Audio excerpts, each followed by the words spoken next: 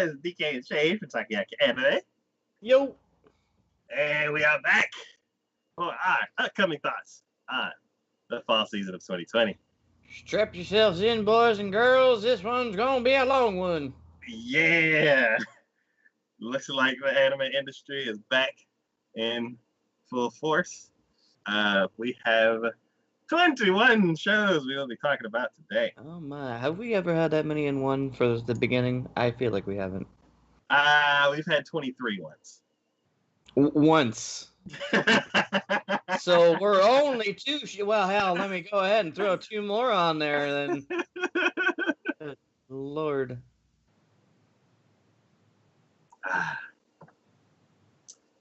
It is hot. Oh boy. So let's get the train rolling, I guess.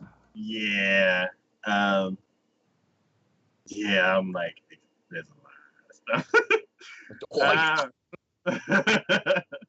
The first show we're talking about is 100 Man no Ichi no Ue ni o Ore wa Takeru. And during the pre-show, I was like, I wonder if I'm ready. I'm like, everything's mostly prepped, and like, I think we're good to go. And I just found the thing that I don't have, and that is the synopses. I don't have any of them pulled up. So. Let me go ahead and get you there. Then I can take a handoff shot at this one, since you have way more other ones than I do. So let's get this one on. Ninth grader Yusuke Yotsuya is practical, friendless, and not active in any clubs. Then one day, he and two female classmates are suddenly sent to another world where they must work together to battle for their lives. Yotsuya is a lone wolf and has always lived his life according to his wants, but how will that work? How will that work out now that he's supposed to be a hero? Get ready for a one-of-a-kind fantasy story that will challenge everything you thought you knew about fantasy. So the only thing from the preview that I got that was different was that dude without the blue dude without a head that's on top. That just seemed strange to me. But everything else looked pretty standard fantasy-ish. Yeah. So I don't know what they're saying, but yeah. Wasn't there a show where like there was part of a monster that was in this world and like the rest of it like was cut off and like in another dimension? Yeah, you know what? There may have been, and that sounds vaguely familiar, but hell if I remember which one it was. Yeah, like, so the big blue dude kind of reminds me of that. Yeah. And then also, speaking about the big blue dude, the voice actor. Uh-huh. Oh, I love that voice actor. He did sound familiar. Yes. He's done a bunch of stuff. I love his voice. So do you remember Nin Shinobiden? It's like a girl it's a girl ninja anime, and there's like this it's like a yellow volleyball with like wings, and he was like her guide and like teaching her how to be a ninja, except he was vaguely like, yeah, and he had his I think I remember seeing that character, but I never watched that anime. Okay. Yeah, he had this whole crew of like ninjas, and like she thought that he was teaching her like proper ninjutsu, but he was like he was basically being pervy to try to get her to do weird stuff, and just because she was just naive and didn't know anything, she could get away with it. And like his whole like all those like ninja minions that he had were like, I don't know, it was weird. And then there's the what was it, the dog of the Yoshinagas or something like that, or the neighbors of something like that, where I think the dog had his voice or something like that. Like I love that. I just know I've heard the guy's voice, and I'm sure I've heard it from many different sources because it sounds very familiar to me. Yeah. But where it's from, I have not a clue. Yeah. So this show is done by Maho Film, who has done the only other anime from them that I have watched, which is the Uchinoko no Tame Narabe, the demon girl, or the one that where he finds a demon girl in the woods, a hero, and then takes care of her. Oh yeah, that one. Yeah. What was the So this one is labeled in the genres as being drama, Mhm, and I will say they didn't stick with it a whole lot on the other one, mhm. but I kind of feel like they do know how to do drama. Yeah, yeah. So The other one's I'm called "If It's For My Daughter, I'd Even Defeat a Demon with yeah, yeah, yeah. It." Yeah. So I feel like they do know how to do drama, having seen that one.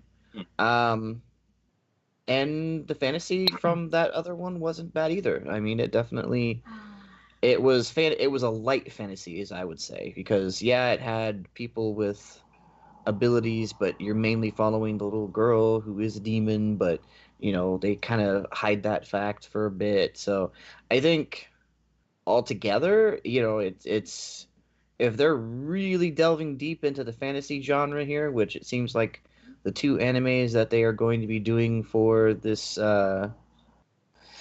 season are going to be following along that route. I'm curious to see how that's going to work out.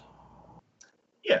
Um, Another thing in my notes was it reminded me of old school fantasy, like '90s fantasy. Yeah, So you mean like from the animation style?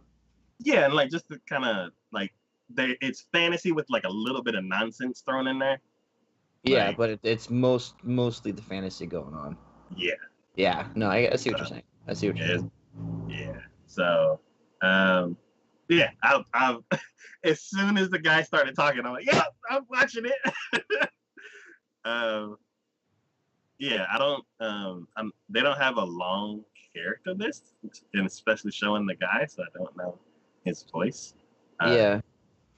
or his Well, name. and the trailer doesn't really like give a whole lot away, so But yeah, I'm definitely excited for that one for mostly one reason, but also just to see if there's like because the trailer showed that there's a little bit of nonsense in the show, like that brings me back to old school fantasy, and that's like the fantasy shows that I tend to keep on um, mhm. watching. So Yeah. uh, this has two things going for it that may keep me on board, but we shall see.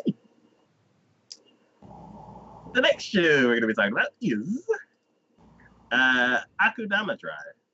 Picture is tiny. Is the whole picture. Um, yeah, Yeah, so that really didn't catch me on this one. yeah. From the trailer, let's see. Actually, this one is done by Studio Pierrot. They are what the Pokemon people? No.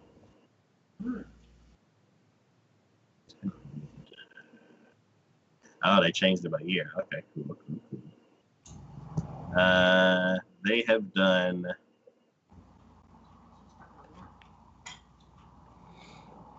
Otsumatsu-san. I have not seen that, but I know they're coming out with a third Studio Pierrot. What one. is this thing Tokyo about? Ghoul. There we go. Well, you know what? Just having watched the trailer, yeah, I could see that. It Boruto, definitely which kind of means gives me some Tokyo Ghoul vibes on the animation style. which means they are. Is this the Naruto studio? Pero sounds familiar, so I Yeah, think because they did Boruto. yeah, yeah. Okay, so this is the Naruto studio. That's what I know them from. Cool, cool, cool, cool, cool. Mhm. And the synopsis is original TV anime from Danganronpa's Kazuto Kabuka and Rui Komatsuzaki-san. I mean, Komatsuzaki-san. Long ago, the Kanto and Kansei countries had a war that divided the world. But at the end of the war, Kansei became a vassal to Kanto. However, Kansei's government and police force declined and crime became rampant. Oh, the police force declined. The criminals are called Akudama. Okay. So, kind of watching the trailer, and that's the first time I watched it, it almost kind of gave me a vibe of what is that one anime where it's the like the bad guys are being like they scan people to see how they're psychopaths. Thank you. Yes. Yes. Watching just the animation style of that and the way that they did it really Yeah. reminded me of Psychopaths. But then when you said Tokyo Ghoul, I was like, oh yeah, no, I can see where Tokyo Ghoul's in there as well. Yeah. In the trailer, they also mentioned Persona 4, Mm-hmm. and the animation style reminds me of Persona 4 from some stuff that I've seen on Twitch when people were playing the game, and then also from like the tiny little bits that I've seen of Persona 3. So Good lord, man, Studio Pierrot's been around for a long ass time. yeah. You know, their first one was back in 1966. It was entitled Osumatsu-kun. Oh, yeah. Black and white. Yeah. Yeah, they're coming out with a new iteration of that series. Oh, really? Yeah. So I guess I know you're probably gonna say what you thought about it as far as why you wanted it, but the reason I just passed it over is the storyline really didn't hook me in. I don't know if it's just because they're being very blasé about it or not, but just reading that synopsis that they had for it, I just really wasn't feeling it. Animation wise, I mean, the Studio Pro, it looks great. Like I said, yeah. I mean, the animation, the animes that we related it to in regards to the way it looked and the griminess that they have it to are top notch animes. I absolutely love them. But I guess this is definitely one of those I'm gonna have to hear what you have to say about it first. You try to be objective on that now. Don't just look at the animation and be like, "Ooh, no." Tell me be paying attention to the story too. I know how you get. I know how you get. Yeah. I don't actually know like how this because it's basically one because it's two countries. One was above the other, and yeah, like none of that makes a whole lot of sense to me. I love how they do things. I definitely love how they have things and everything, but none of what that synopsis said to me, it just seemed like gibberish, honestly. I'm just like, what are we doing? Why is there they're like, we have war, now there's criminals. Okay. Cool. That's nice. Are we on this? I looked from the picture. I guess we're on the side of the criminals. We're following their story. I guess. And is it corrupt cops? That's why the criminals are rising up, or no clue. Yeah, I have no clue whatsoever. I mean, just reading it over again, I'm like, long ago, countries had a war, divided the world. The end of the war one of them became a vassal to. Okay, so they one of them superseded over the other one, which obviously happens. This government and police force declined, and crime became okay. So I mean, yeah, it's just like declined because they became too powerful and became corrupt. Or declined because the Kanto didn't give them enough funding to continue their police force or something. I mean, it's like, what is this? Yeah. I mean, it's just why I'm like, okay, going back to the previous one, it's very cut and dry on what it's talking about. We're talking about an isekai. We're talking about, a ninth grader who has issues, doesn't very motivated, and now gets swept into becoming a hero from another world.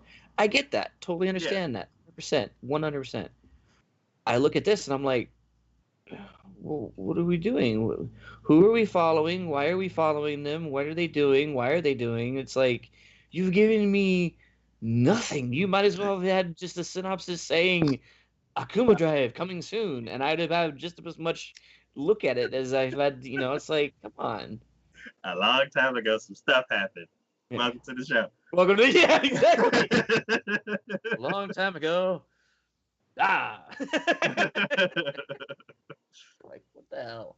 So I don't blame the Akuma Drive or Studio Pierrot. I think it's just the way that this could be a fantastic. This could be like a fall hit or something like that. Oh, but I can't tell a goddamn thing from that this synopsis. So I don't know. Either way. Yep. We shall see. The next show we're going to talk about is Assault Lily Bouquet. Can I just say, this is one of those that I looked at. I didn't even look at the synopsis. I looked at the picture, and I went, this is going to be on Big D's list. And I looked over at your list and went, yep, there it is. Assault Lily. This is done by Shaft. Oh, so I didn't know that. And yeah, Shaft has done a bunch of crazy shows. Like Evangelion. Uegatsumono? Yeah, the Gatari series. The Monogatari series. The Nisekoi. What was the teacher one? Sayonara Zetsubo Sensei. Just going through that. I keep going. Gatari. Yep. There's another Gatari. Yep. How many Gataris are there? Jesus.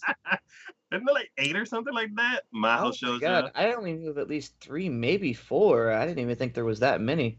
Oh yeah, I just came across the Sensei one you were talking about. Yep, Madoka Magica. So they've done like a bunch of crazy things. Have this whole like, what is that like? Oh god, that weird pose. The Arakara under the bridge. Yes, I remember that show. I need to finish that one. But yeah, they have that one pose where it's like physically impossible to do, where like they're like looking over their shoulder. The Maria Holic, you remember that one? Yeah, the move. Was it like an OVA or something like that? No, it was a series where there was a dude who had to go to a all girls school, but he had to dress up and pretend he was a girl. Wait, I think it started with the OVA and then it got. Did it? Yeah, then it got put into a series. Either way, I remember watching like the first couple episodes of that, just going, "What am I watching? What the hell am I watching? Why is any of this a thing?" Yeah. So I'm looking forward to this because like this studio has a lot of history with it, and I'm curious to see how they're gonna do this. The reason why I picked, I guess let me go to this. Assault Lily Bouquet, an anime project based off of the Assault Lily Dolls series. On Earth, in the near future, humanity faced an imminent destruction from mysterious giant creatures known as Huge. Really? The entire world. You picked it. The entire world unites. Oh my god. The whole world unites against the Huge and successfully develops weaponry known as Charm. Counter Huge arms. By combining science and magic. Charm exhibits high rates of synchronization with teenage girls, of course. And the girls who use Charm are viewed as heroes called lilies. Throughout the world, garden. Oh god. All these like acronyms. Lilies, garden. Yeah. Huge monsters called Huge. Throughout the world garden, military academies are established to train lilies to face the Huge and serve as bases to protect and guide people. This is a story about fighting girls who aim to become lilies at one such garden. Oh, there's like an elite garden or elite base that everybody's trying to get to. Please tell me, please tell me at some point in this anime, you have to tell me if you watch the whole thing, if one of them go, If like one of them's about to engage one of these monsters and the other one, someone's trying to catch up and they're like, "Oh my god, I can see it! It's huge!" But how big is it? It's huge! Because that would be amazing. One of the reasons why I picked this is because it's a slight twist. It kind of reminds me of a God Eater, where the fighters, they don't transform themselves; their weapons transform. So that's a different way of going about it. Wait, And academies are called bouquets? Are you serious? hmm? I'm just while you're talking, I'm watching the trailer and listening. And they said the academies are called bouquets and they're lilies. Oh, that's God, where how untrained. many puns can we put inside of this? I mean, jeez. And of course, they're all girls who have these weapons called charm, and it's like, really? Are you serious? What? All right. Anyways, Yeah, one thing I like about the art style is it has that muted art style where it's like it's very blue, but it's like a dim blue. Like it's this weird, like but vibrant yet muted color scheme. And yeah, I don't know. It's like the style of that reminds me of Monaco Magica and a couple other shows. And which is the same studio, so it would be that would be why it would be that. yeah, and it's weird because it's like I wrote down Monaco Magica before I even knew it was Shaft, and I was like, that makes sense now. So yeah, I am highly looking forward to this. I love Monaco Magica. The dichotomy between this, I swear, just the picture that they showed, no, hold on, gotta pause it in the right moment. So on the preview at like 1 minute 30 seconds, you just see. Now, of course, all these girls are in dresses and look like they should be at like a elite, private school or whatever, because the uniforms or whatever.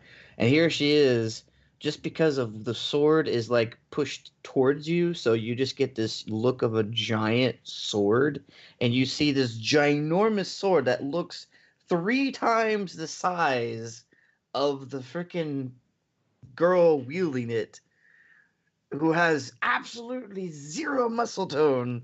And yet she's just like, I got this. And I'm like, what are you? All right, cool. All right, sure. They have high rate of synchronization with teenage girls. I mean, of course. Of course. What am I thinking? If you have a high enough rate of synchronization, you could hold freaking anything.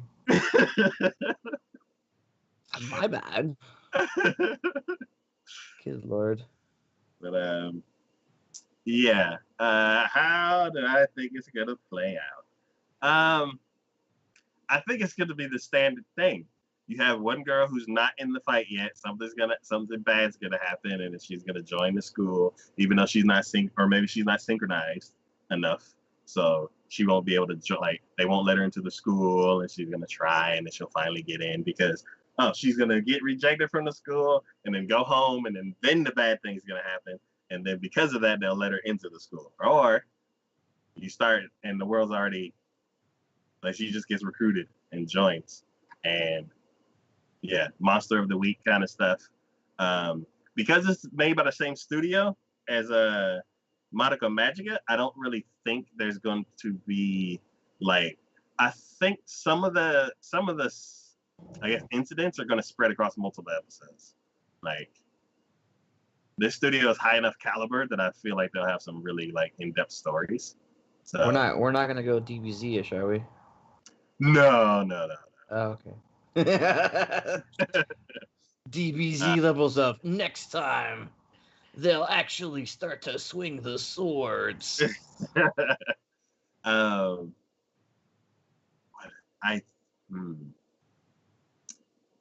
forgot what I was gonna say. And yeah, I think it's gonna be really, really interesting. Oh, there we go. Monica Magica is dark. Like, basically, once you join, you're in for life, and you don't know that up front. Like, basically, for Monica Magica, it's you join, you fight witches until you become a witch, and then you get destroyed by other magical girls. Like, it's a really like dark. Spoilers for Monica Magica, but yeah, it's they basically did a really huge twist on the magical girl like genre. So I'm really curious to see like what else they're gonna do with this genre. But yeah, can't wait to see what happens. I wonder if Kiki's gonna be interested in this one because I know she likes Monica Magic too. Possibly. Yeah. So next show we're gonna talk about Dungeon 3. Yes. Or actually Dungeon Season 2 for real though. Yeah, exactly. Because looking at this trailer, I'm like, okay, this is what we were wanting. This is what we were expecting when Season 2 came out. And they're like, oh no, this is a 12 episode long harem episode. 12 episode long harem filler, essentially. Yeah. With, that could have been broken. That could have essentially been an extra episode or two added on to the first season. And it'd been like, all right, here we go. Or like a special that they attached to the DVD. Yeah. So that way you're just like, well, I mean, okay, because specials aren't necessarily all that, like, overly important, I feel like, or like OVAs and stuff like that. Usually, they're just like something that, the fans are like, well, what if this person got together with this person? And then we're like, oh, well, here's an OVA. Like, maybe this is going to happen kind of thing. Yeah. But at least in the second season, there was a character that joined their ranks by the end of it. So it's like there was a certain point to it, I guess, maybe. I'm not going to say it was like hugely relevant, but at least it was relevant enough. I would say it's kind of like the Seven Deadly Sins OVAs. Yeah. Where it's like some real strong side story. Yeah, no, I agree with that. So yeah, this is the third season. And as we said, it's going to be something we're highly more looking forward to than the second season was. So from the looks of it, there is a monster girl that gets born in the dungeon. And of course, our hero happens to run across her, and it is a female, because why else wouldn't it be? But it looks like, at least in what they were talking about, or when he does find her, it looks like she's been beaten up pretty good. My guess is there might have been some adventurers that might have come across her and thought of her just as a monster and tried to kill her. What I think is there's something special with her, of course. Of course. But the higher up monsters, she's nothing like them, but they need what she has. So kind of like that little girl in my My Hero Academia, where she's just captured by them and held hostage, not hostage, but like just kept by them, and somehow she got free. I will say though that could be a case, but when I pause it, when you first see her as she's all beat up and everything, it looks like, well, I don't know. I was gonna say it looked like sword slashes, but there is on her arm, it looks like a claw slash almost. So you could be right about that. All I know is she's beat up, so of course we've pretty much we've checked all the boxes for Bell as far as what he's gonna do. It's like One, damsel in distress. Well, guess I'm female. getting involved. 2, she's been hurt and she looks like she's about to cry. And 3, I'm sure within seconds of this one scene where you show her getting hurt and he actually meets up with her probably for the first time, there's probably going to be the bad guy coming around the corner or the monster coming around the corner to finish her off or whatever. So guarantee you, yeah, all that's just going to go from there. And I'm probably guessing he's gonna want to take her out of the dungeon to protect her, but then there's gonna be some sort of like rules in regards to that. Like you're never supposed to let a quote unquote monster out of the dungeon because they were like very strict about that during the whatever that thing that what's his name did, one of the gods did. I forget what the name of that whole thing was because that was back in season 1. But like there's very specific rules in regards to that. Hell. I will say, and then at the very end, because like okay, if you look when it says season 3, there is right at the title card at 41 seconds on the preview, there is a minotaur head with red glowing eyes in the corner of the title card for the anime. And then right after that, we get the close up of something with red eyes, and I'm like, gee, I wonder what that could be. Because it's breathing heavily, apparently, because it's like cloud of puff of like its breath comes out or something like that. But anyways, so as far as that goes, I know we went kind of a little bit into the trailer on this one only because there really isn't a synopsis for this. Yeah, I checked the Annie chart and Mal. Yeah, there's really nothing for this. But in regards to it, it's Dungeon. First season's phenomenal. Second season, as we've already discussed, probably could have done some OVAs on that and accomplished what they were trying to do, kind of thing. Much more efficient way. Added it to the back end of the freaking first season or whatever, I guess. I don't know. But this, as he said, the actual season 2, as it should have been, looks like it's going to actually continue the story from where we knew it was kind of like at the direction it was heading from the first season. Because second season was just such a departure from that. It's like first season, and spoilers again for anyone who has not seen the first season, go and watch it. It's amazing. But the end of the first season, we learned that Bel is the grandson or the son of Zeus. I can't remember. I know he had a close relation. I just don't remember. I think. I don't remember how. I think close. He was the son. He was the son of Zeus, but when Zeus. Because as Zeus does, whenever he progenites, according to actual mythology, whenever he progenites a son or a hero or whatever, he usually goes undercover and kind of trains them without them knowing it, kind of thing. And the thing that he did was he pretended to be Bel's grandfather, who then mysteriously falls from the side of a cliff into an area that no one ever goes into and no one should go, no one ever returns to. And it's like, yeah, he just figured he was done training Bel and wanted to go on his own. So he faked his own death and was like, all right, here you go, Bel, do what you gotta do. That's just going into mythology. They have not explained that in the actual anime itself, but it just, if you know your mythos as far as Zeus goes, it just makes sense. But yeah, I think this is probably going to actually continue along the lines because they mentioned something was happening with the dungeon. That was the big thing. Like something, there was a point for him being here. There was need for a hero, and Bel was it. And they were trying to see how it was going to progress.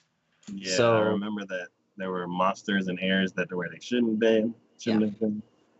Yeah. There are monsters in areas that shouldn't have been. There were like high level monsters, not even like even on the correct flooring, let alone in the areas they should have been in. Um, and then the fact that he was able to overcome that, honestly, with the help of his friends, but he was able to overcome that. And that's when Hermes dropped the ball and said that he was the son of Zeus, the last. I think he said the last living heir, the son of Zeus. Okay. So, which makes me wonder, one, what happened to Zeus, and two, like everyone's been feeling uneasy, and if you watched the spin-off with what's her name that they had, like there's a I don't want lot. to call her Ein. That's not her name. No, that's not her name, but there's a lot of things going on in the dungeon specifically that's like there's changes happening that all the gods themselves are even kind of fearful about, of like something's happening Yeah. and they don't know what, but they know it's ominous and bad. And the fact that this dungeon essentially made this monster girl essentially is sort of one of those things where like that's a difference. That's a change. Mhm. So I don't know. I feel like we're getting back on track. Is bottom line. Yes. Eyes Wallenstein. Ah, there you go. There you go. You remembered it from what's her face's description of her always, don't you? Didn't you? Oh no, I just looked at the Oh, chart. oh. um, but yeah, um, I'm excited. I can't wait. Yep. Yeah, this is what we've been waiting for years now. Mm-hmm. The real sequel. And I know we didn't mention it, but this is also done. This is done by JC Staff. So Yes, and JC Staff is the Pink Studio. I don't Dang. remember. I know they are the Index Studio. Sounds right. And yes, they are the Pink Studio. They are the Pink Studio, and they are the Index Studio. But this is gonna be good. I would agree. The next show we're gonna be talking about is Fumetsu no Anata-e. This one was very intriguing, though. I feel like I would have rather have just read the synopsis and then skip the preview trailer.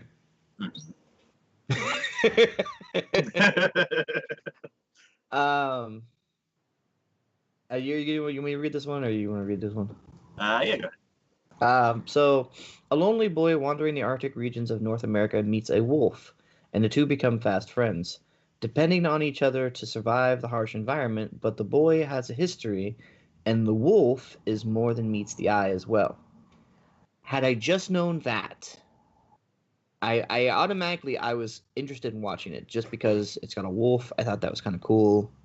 I don't see a whole lot about that a lot of times, and I'm like, well, that seems kind of like an interesting storyline. All right, well, let's see how that goes. But then I watched the trailer, and then I realized that what the wolf, or at least I have more of an inkling on what the wolf can do, and I'm like, oh, I would have much rather have learned about that by actually watching the anime itself, and actually been like, oh, that's what he. All right, cool, you know. Yeah, I mean, do you feel the same way? I actually don't. I watched like 40 trailers in one day, and I took some notes on that one. For this one, I don't remember what happened. I just noticed that it's an interesting an interesting art style, and certain parts of it look CG, but then other parts look way too detailed to be CG. So I'm curious. So Like, this is done by Brains Base, by the way. yes, who recently I watched Kyoko Suri as one of the ones that I've come to enjoy by them. Um, and they kind of do a lot of that where they kind of meld those two together. Yeah. And normally I'm not a fan of that, but I feel like they do it in such a way that it's not overly jarring. Yes. Because that's my problem a lot of times with CGI in animes is that it just becomes so overly jarring when you're plodding along and then all of a sudden you're just like, oh god, it's CG. Okay, cool. All right, moving on. That doesn't match. It doesn't match. It's just like it pulls you out of the story. It pulls you out of the, anime and what you're watching. So this is also one of the ones who have done one of my favorite series, which is Natsume Yujin Cho. So. Yep. And do ra ra ra. Oh, actually, no. The studio that did do ra ra ra used to be part of Brainspace. Yeah. And then they broke off into their own studio. So, Assassin's Classroom. But this is a like I said, it's very interesting. I really want to see where they go with it.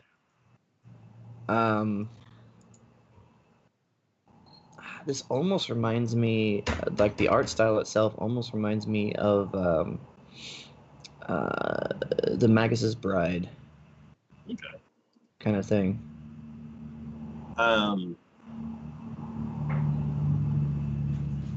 Where I guess God, I'm looking. I shouldn't have done that. God, I looked at it again.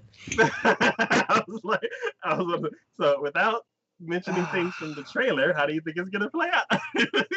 See, so now I can't do that now because I've watched too much from the trailer, and I'm like, I was trying to say it quick. I haven't. Now I'm just like, well, I already had an idea about the wolf, and now I caught something on the trailer that I kind of wish I hadn't, but now I kind of have an understanding. I might have an understanding about the actual kid as well. Okay. Where he is also more than meets the eye. Okay. So, I guess where do you think we're gonna start? Because, I mean, in basics, as far as it goes, they're in North America. They're in the Arctic. It sounds. The setting's not some sort of like other world or distant past or something like that. We're literally, it's from the sound of it, we're like almost, if not current times, probably current times, with an area that people could probably actually go to in real life. Okay.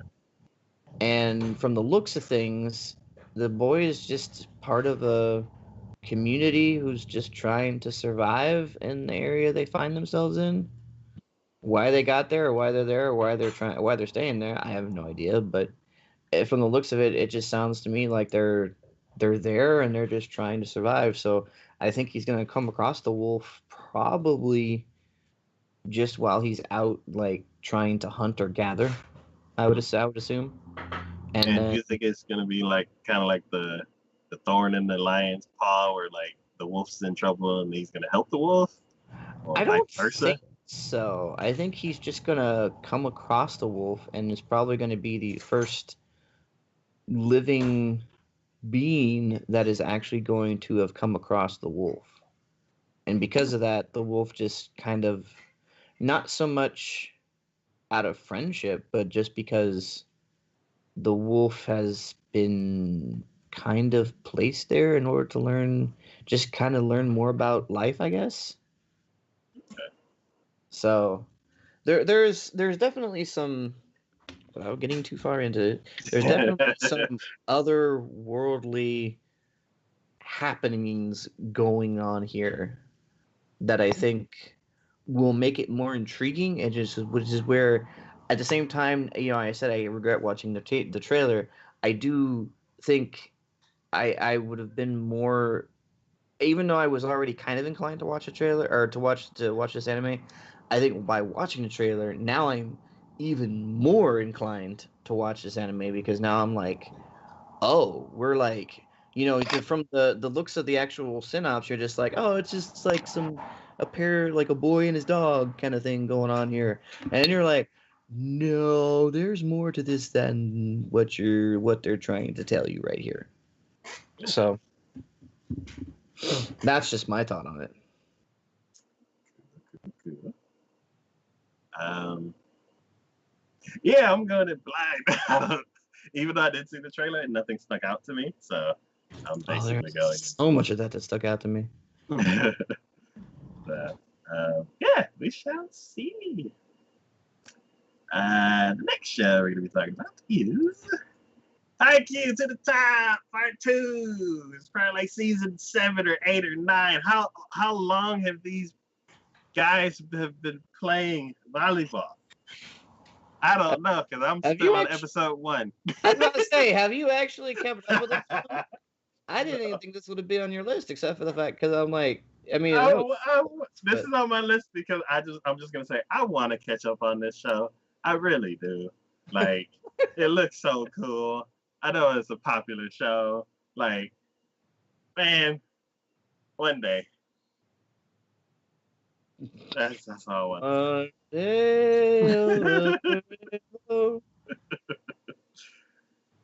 But yeah. The next show we're gonna talk about is Hanyo no Yashihime. Did you ever finish this one? Because you know what this is. This is the Boruto of Inuyasha. Yep, that's exactly what I was about to say. It's the Boruto of Inuyasha.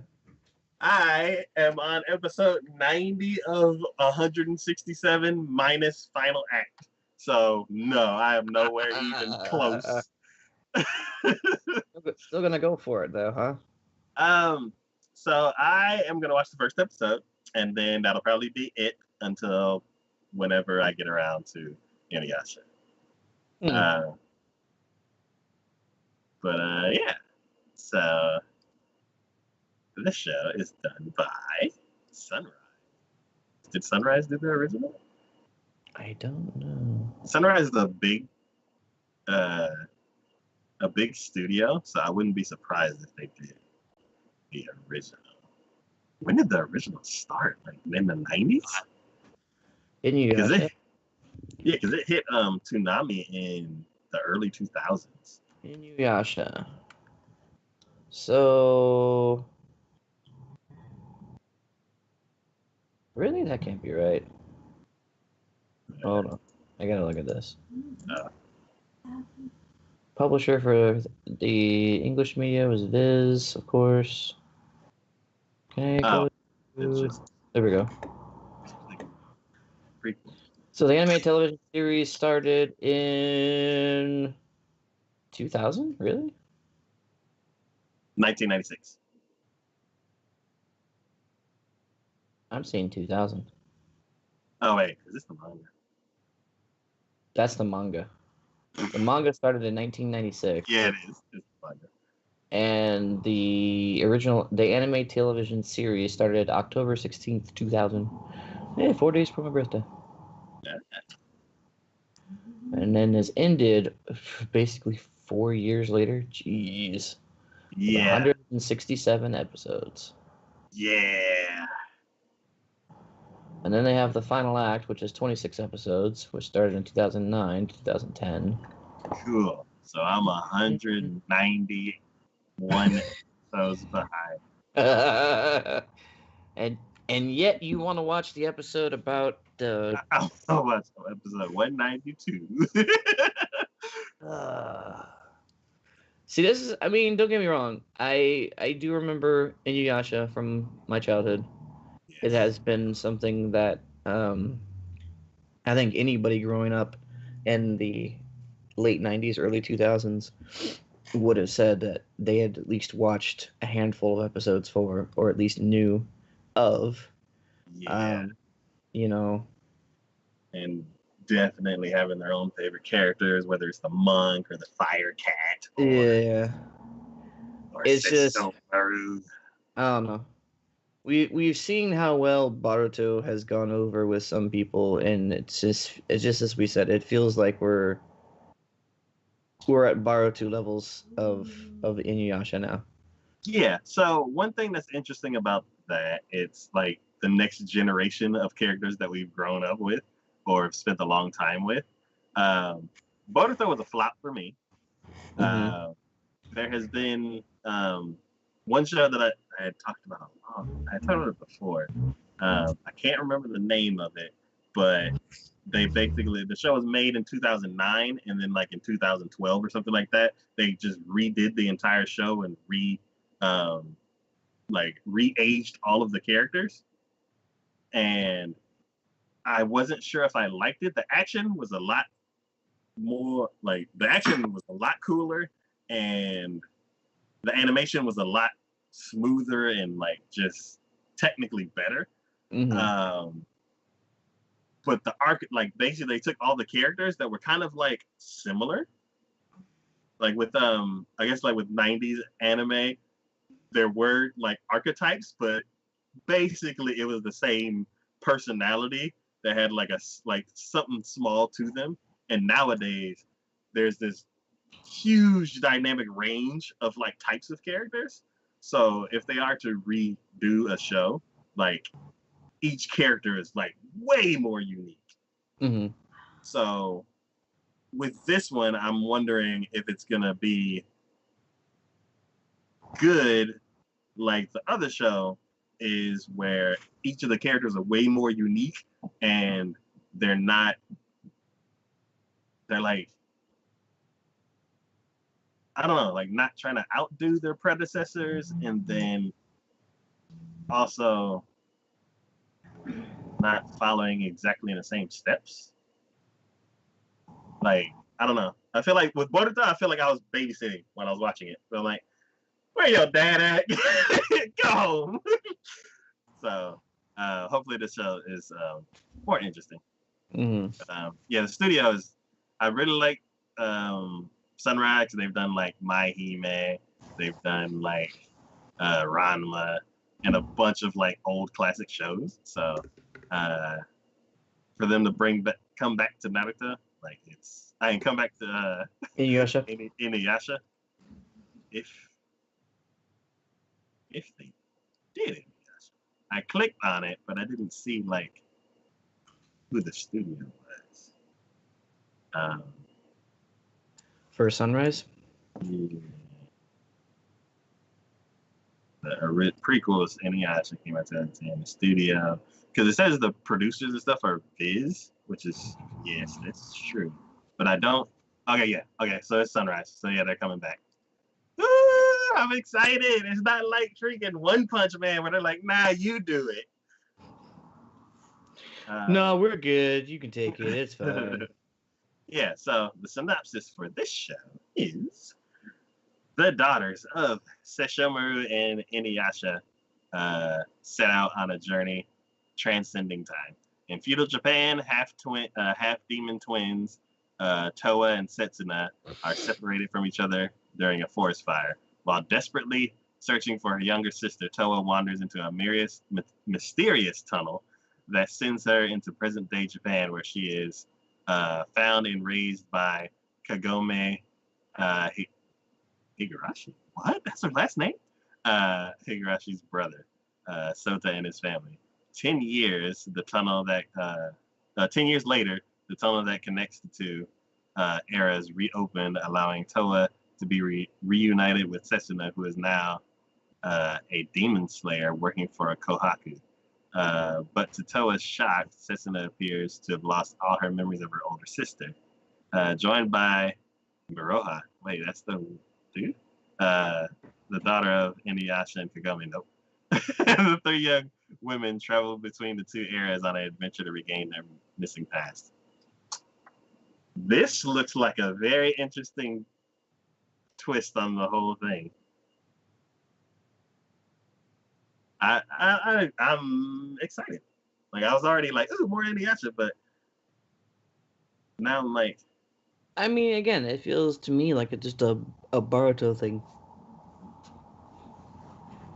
Like, hey, remember these characters? Yeah, they're older now. Hey, remember these characters? Yeah, they had a kid who's now the same age as when we first started watching these other people. So, all over again! Yay! I don't know.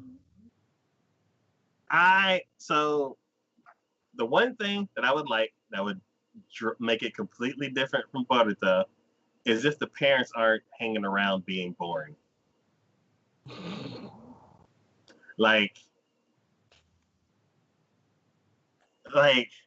one of my favorite characters in Naruto was my favorite character. I can't remember her name, but she was one of the characters that had the Byakugan. Mm-hmm. And she was in love with Naruto, and I think she ended up marrying Naruto.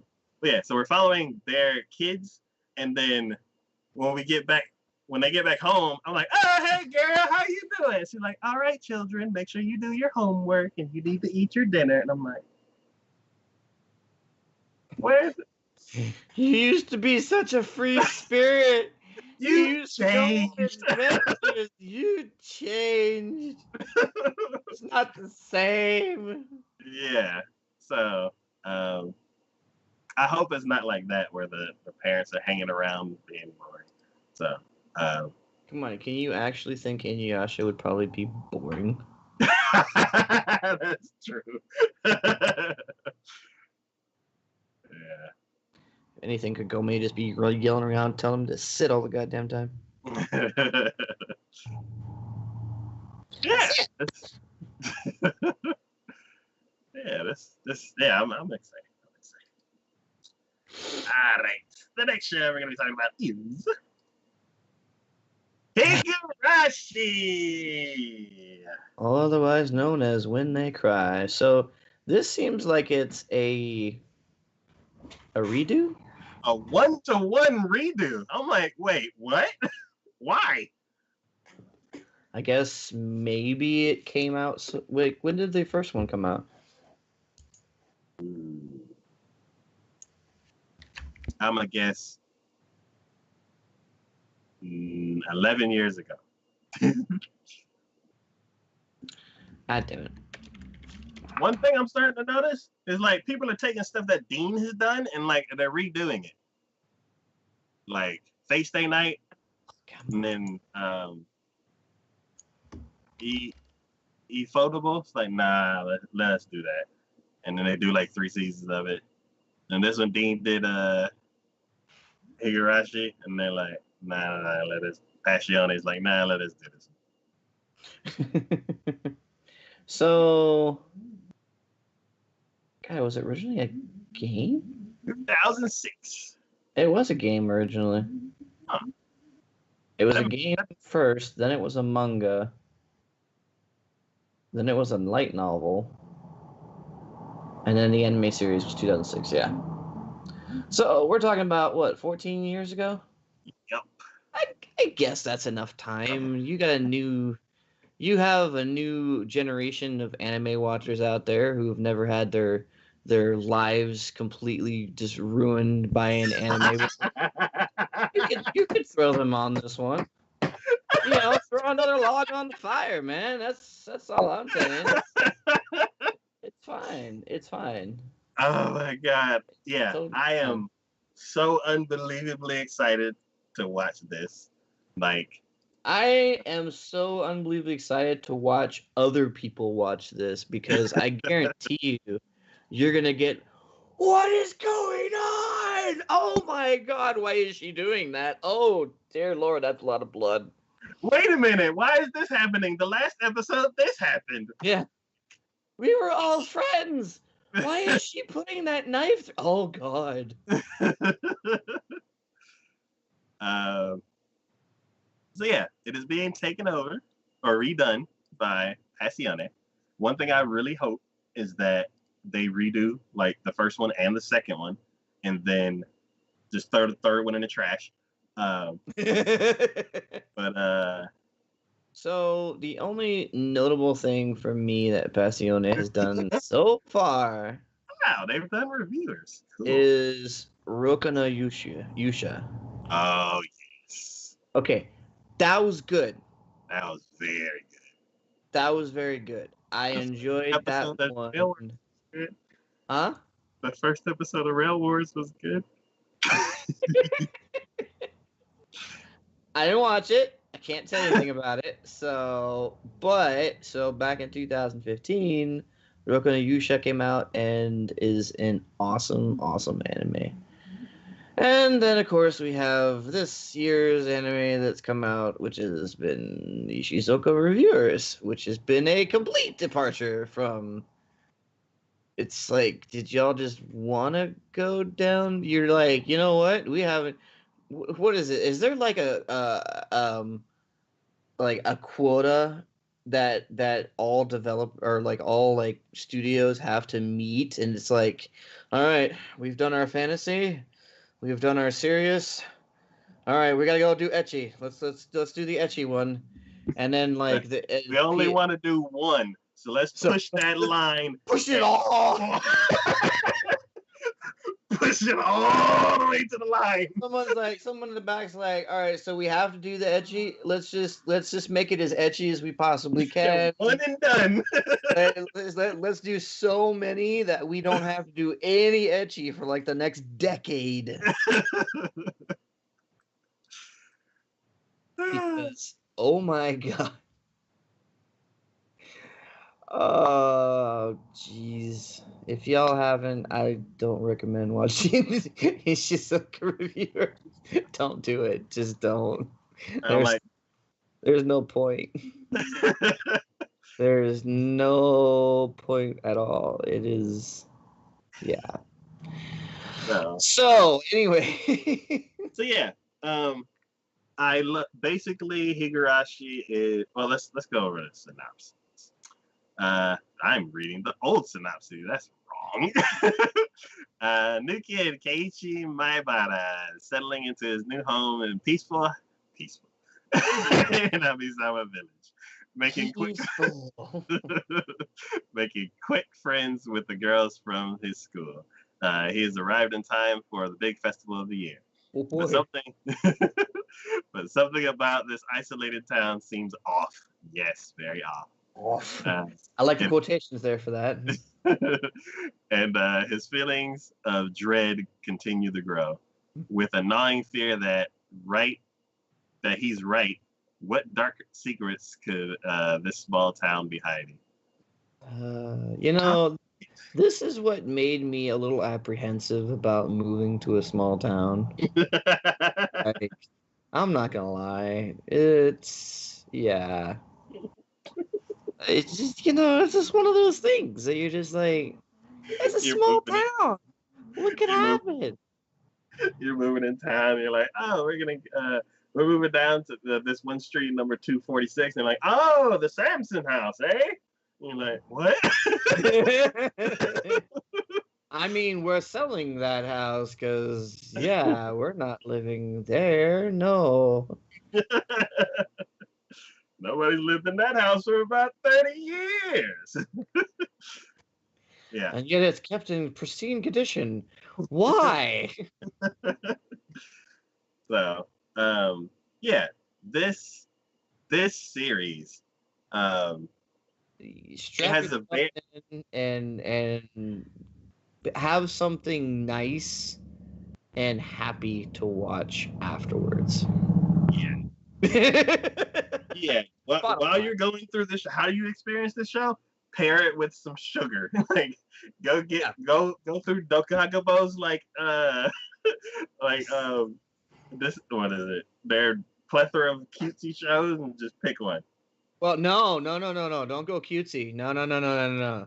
Because that's what this tries to go right at first. Oh, yeah, that's right. Mess you up. Don't go cutesy. No. Just go straight. That'll take you even higher. Yeah, just go straight comedy.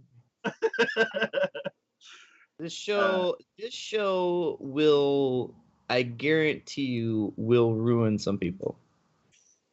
This show will absolutely For those who are not aware, and for those who do not understand, it's I guarantee you there is going to be some buzz about this. There is going to be so many people who are going to be just taken aback by this so bad. Is the opening scene gonna be the same? I don't know. I mean, I guess we'll find out when it releases, but Oh my god. Okay. I mean, if they're redoing it and doing a one for one, I mean, I don't know. Good luck. Works so, the features. so one thing about this show that I absolutely love is the overarching like you get drip fed the entire story. Yeah. And in the second season, like that's when a lot of stuff starts making sense. So I like how the tags for this. So the first three tags are Denpa, which I didn't know what it was, so I had to look that up. And it's works that feature familiar characters acting in unfamiliar yet seemingly orchestrated ways. Oh God. Conography would include telephone poles and wires, building rooftops, suicides, disorientation, and paranoia. I don't know where the first three things came into play, but then the last three things, I'm like, all right, yeah, that about sums it up. I clicked on that link and it took me to a list of all the creepy shows. Cool. Oh, geez, really? All right, yeah, okay, yeah, I haven't thought about that one in a long time. Wow, Don't watch these shows. These will mess you up. it'll mess you up. Wow. Well, I mean, Arakara's just messed up, but it's messed up in a good way. Okay. Um. Oh, now I see why they say telephone pole. Are you still on that list? I got this.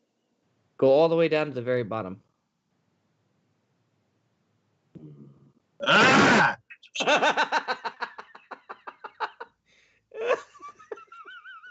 That's why they said. What is that?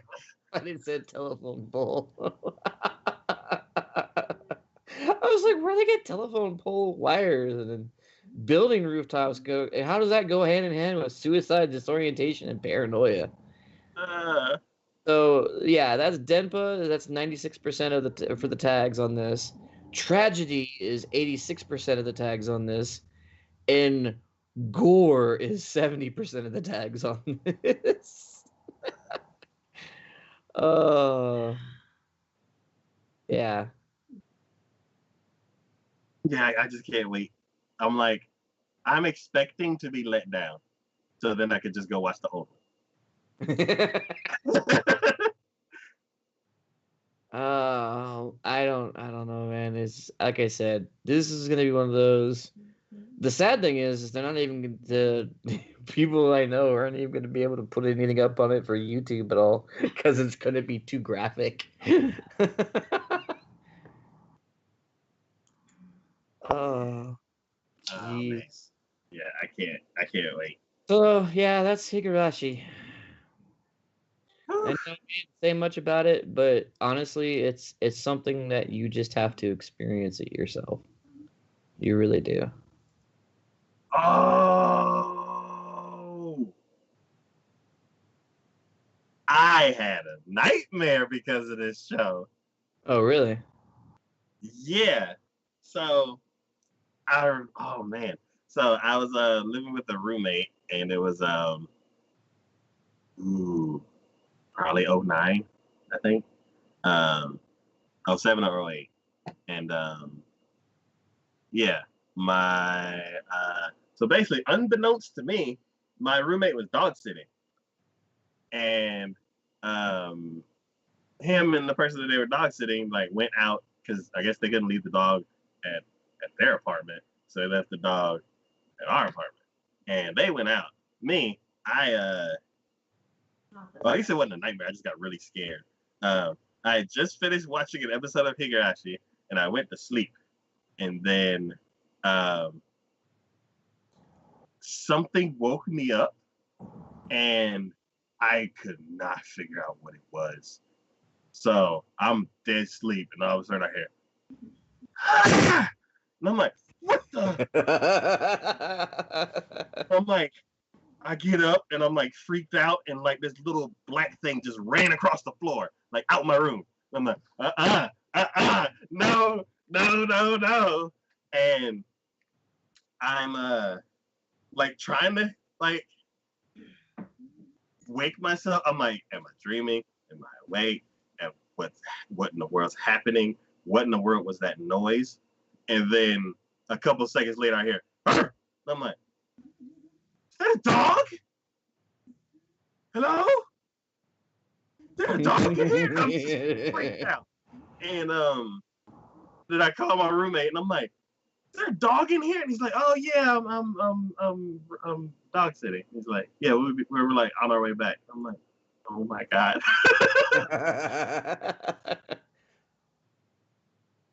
But yeah, wow, that dug up an old memory.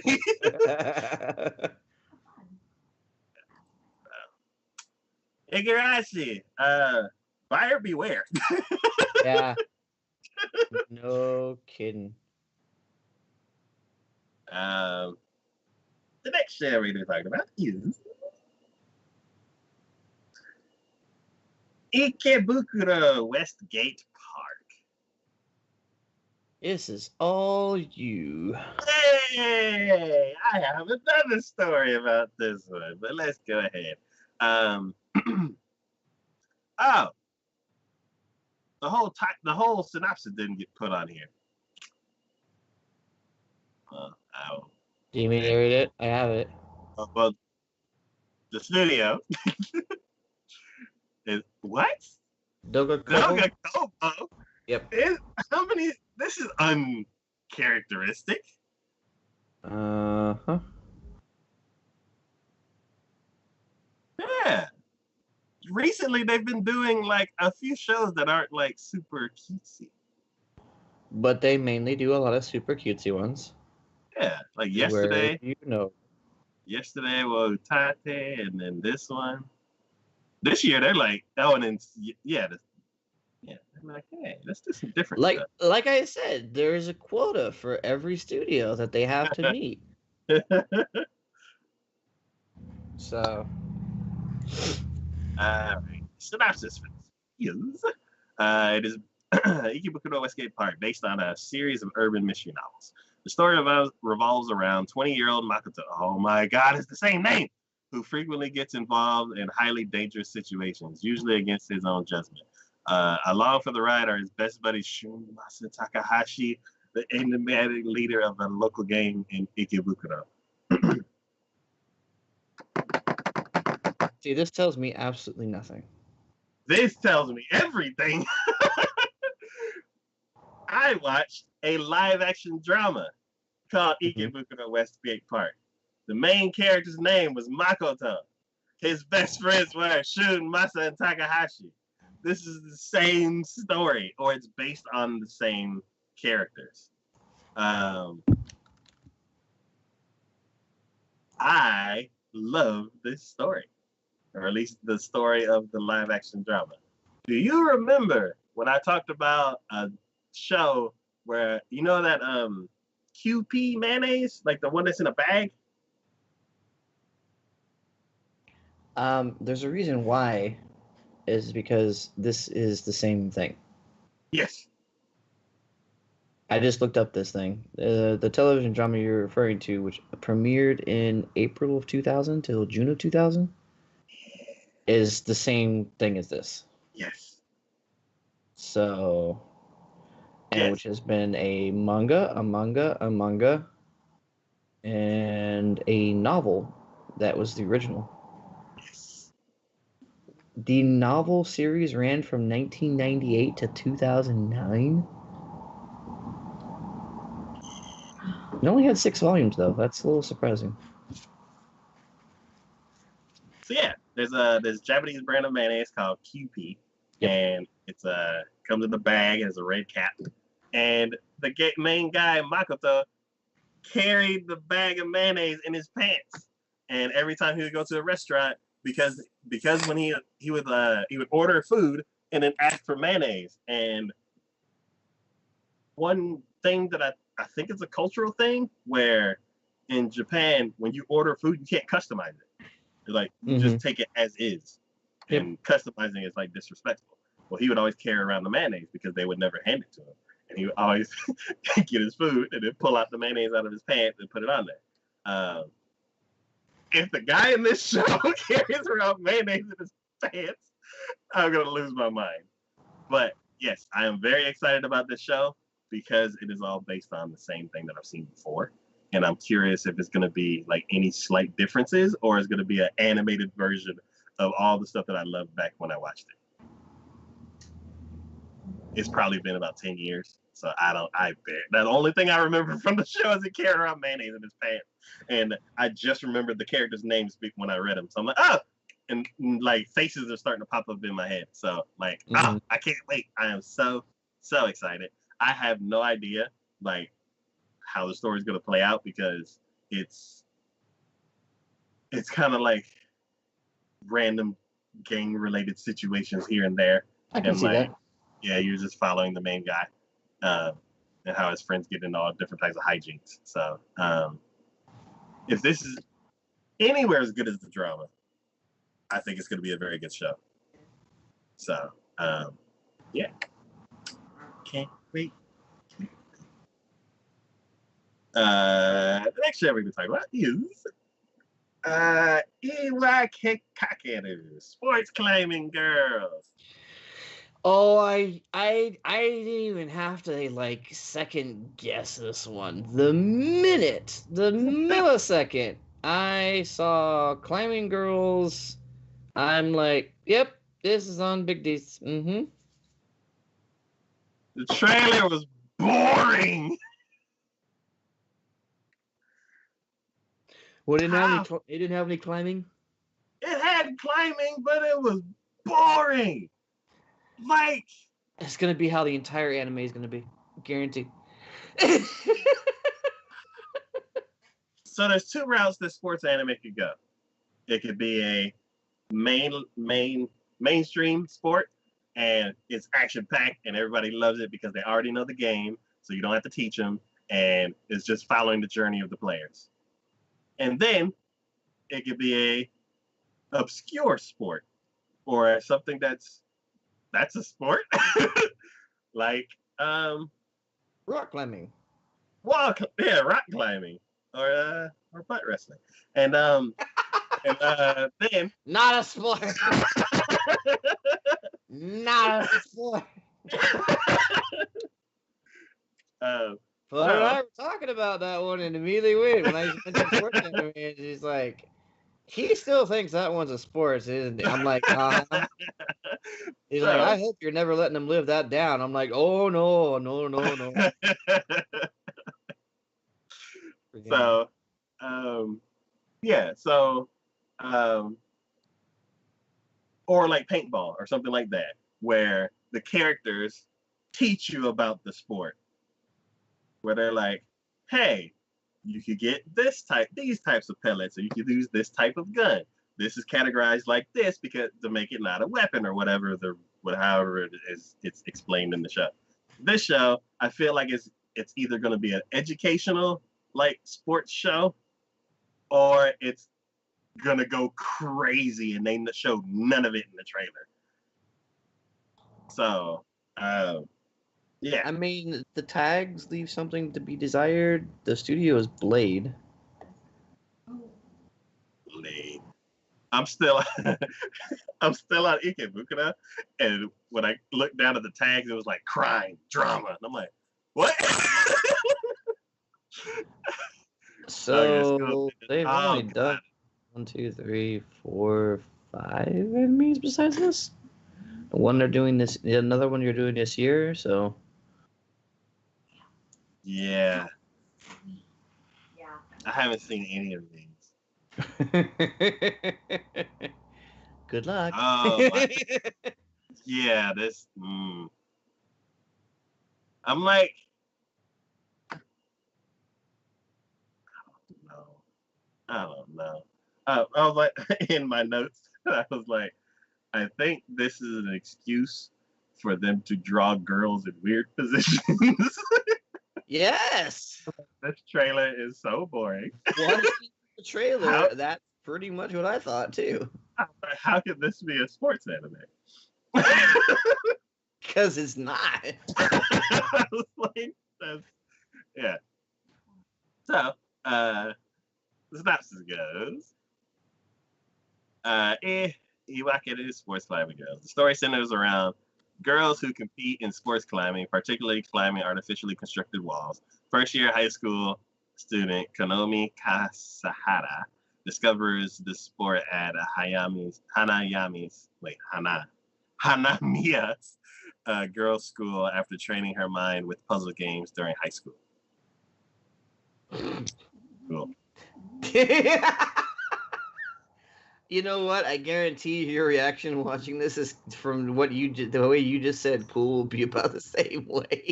I am so like, I just had to bring this up because this is contradicting everything about sports anime. Usually they're like action, excitement, follow the team, and this is like it's like this, and they're like, she used to play puzzle games. Now she climbs this wall over here. Okay. Oh shit! So, Good luck. Yeah, man. Mm-hmm. Mm-hmm. You man, yeah. Mm-hmm. Let's hope it's okay. The next show we're talking about is Jujutsu Kaisen. Wait, you actually had that one on yours?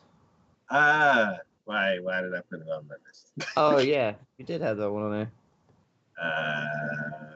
It reminds me of Inspector, so like spooky like mystery stuff. Well, it is done by Mappa. Yeah, and I was like, it looks really action packed, but I think I'll be bored because it's a cult. Probably. Yeah, that's a Mappa. Man, they came out. Wait, is Mappa the one that did Terror Resonance? Yeah, I think so. Wow, they've done a lot. Mm-hmm. No, they did something on a slope. Kids on a slope. They did TQ. God. Shingeki no Bahamut, your favorite guy with the afro. One of, if not the most annoying ass characters in all of anime. Yuri on Ice. Inuyashiki. Did we all finish that one? Kakegurui, which is one that I need to watch. You know, on Netflix, I think. I think that's why I didn't watch it. Zombieland Saga, I need to finish that one. Yeah, so they've done a bunch of like really cool shows over the years. And yeah, I can't wait to see what they do with the cult. Because this is like a different genre for them. Again, I'm almost guaranteeing that you're going to be disappointed.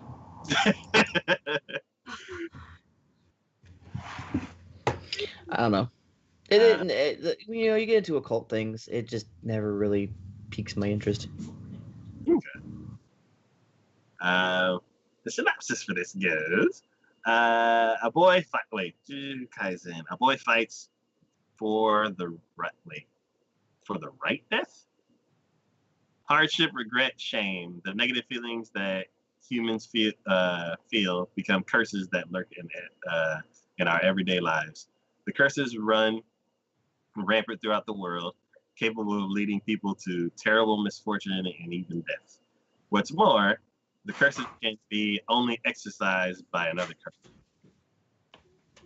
Idatori Yuji is a boy with tremendous physical strength, though he lives a completely ordinary high school life, of course. One day, to save a friend who has been attacked by curses, he eats the finger of the double-faced specter, taking the curse into his own soul. Of course. From then on, he shares one body with wait. From then on, he shares one body with the double-faced specter, guided by the most powerful of sorcerers, Gojo Satoru. Wait, that's his long name. Jeez. This is a long synopsis. Is admitted to the Tokyo Metropolitan Technical School of Sorcery. Oh my God!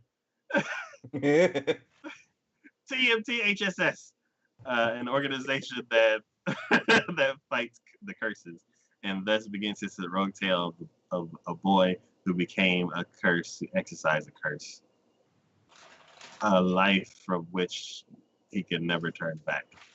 Oh, okay. I was wondering why he could beat that one curse if he wasn't a curse already, and no, he just absorbed it. Yeah.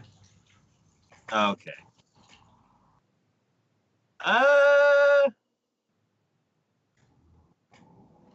It's like the standard, like everyday person. This one situation happens, and then he becomes part of this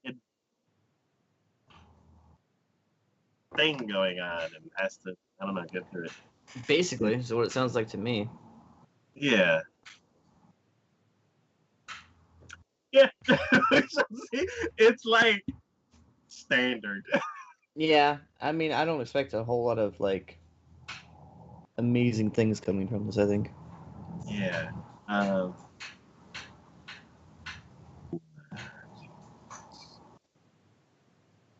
Yeah. We shall see. Before we move on, can we take just a quick little break? All right. We shall be back shortly. Real quick.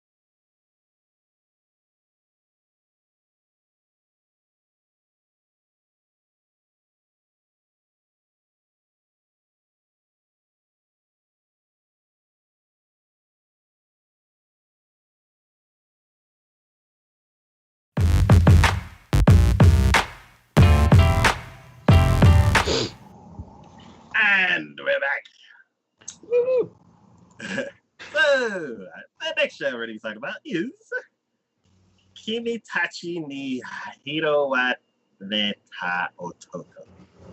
Yes, this one would be mine. And this is the other one that's being done by Maho Films, the ones who were doing the 100 Men no Inuichi one from the very beginning of this. Synopsis for this is under the protection of the gods, a relaxed life with slimes in another world begins.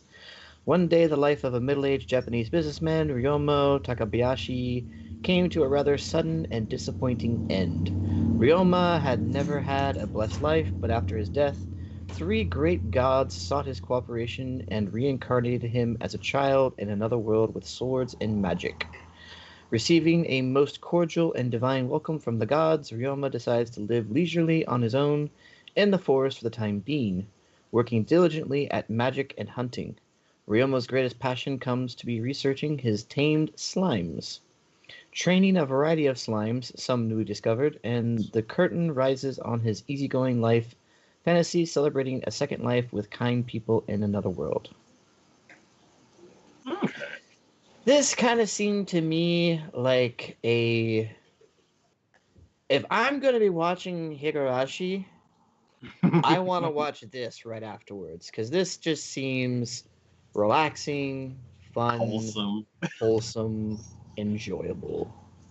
I'm all about that. Sure. Let's just... I think that's kind of why, like, in the back of my mind going through all these, I'm like, what am I going to be watching after I watch the Higurashi? Because I gotta have something. Because it's going to be such a complete... Yeah. Either way. It's going to be rough. It's going to be rough. It's going to be a little rough.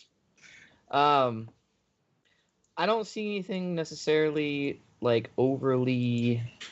what am I going to say? There's nothing new being brought to the table here. There's nothing. This is your standard isekai. Honestly, I could see elements of in another world with your smartphone, by the fact that he's communicating with the gods, and they seem to be trying to help in some sort of way. And I don't really see any conflict happening in this one. It honestly just looks like him enjoying a life in a fantasy world.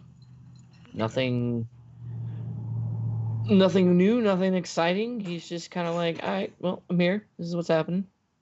And I'm just going to enjoy it as much as I can.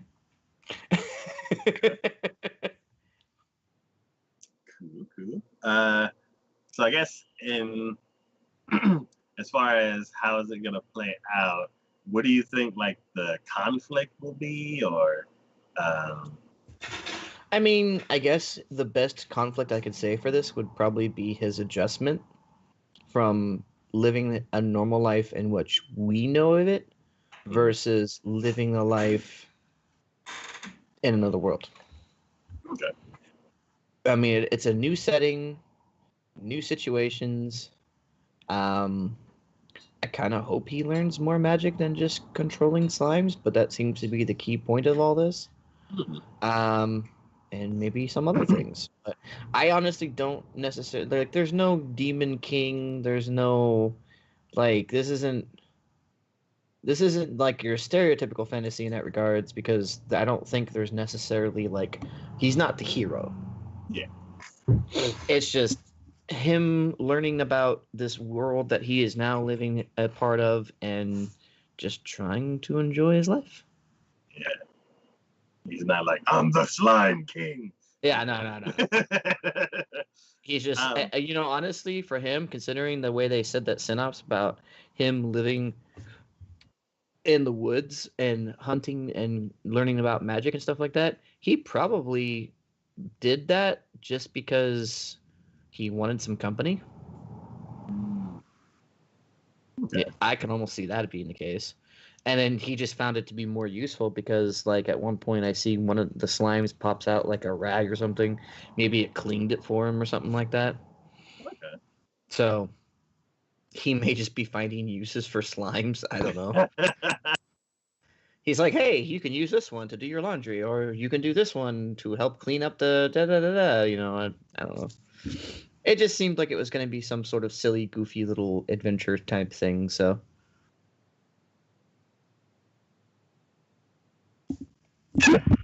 I do like that there's like all these different colors of slimes. yeah, So I'm curious to see like what all they can do.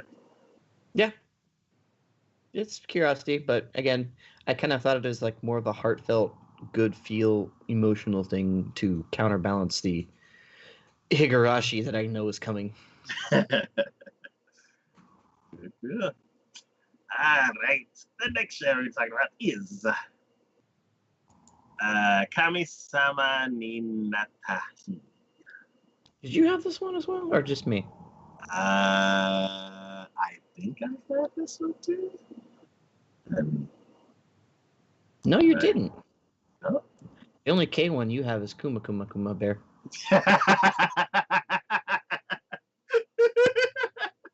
Which, again, we'll get to that, but I kind of saw that one coming.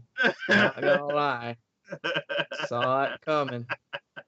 So, there is no trailer for this one, which is probably why it's not on your list. Yeah. Oh, no, there's. Did I click the wrong one? No, there is. It doesn't play in my region. Oh, that's why. Yes. Yeah. Yeah.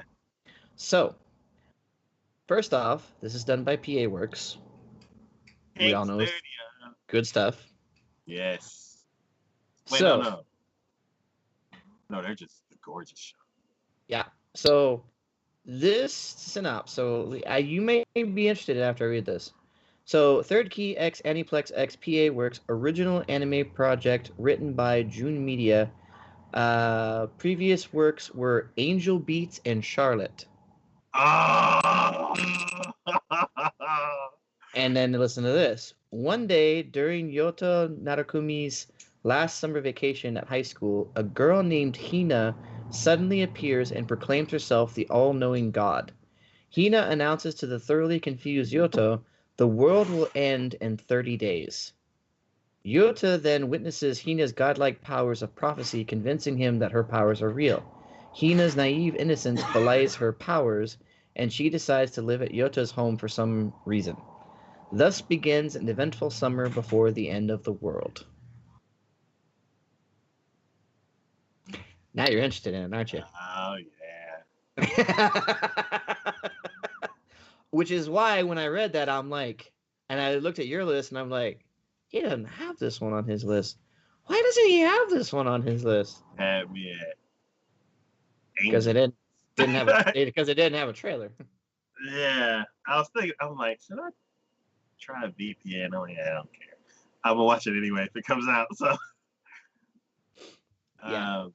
So, obviously, I mean, I know I am. I'm pretty sure probably Big D over here is, but Taco is. But Angel Beats, I mean, it was an awesome, amazing anime.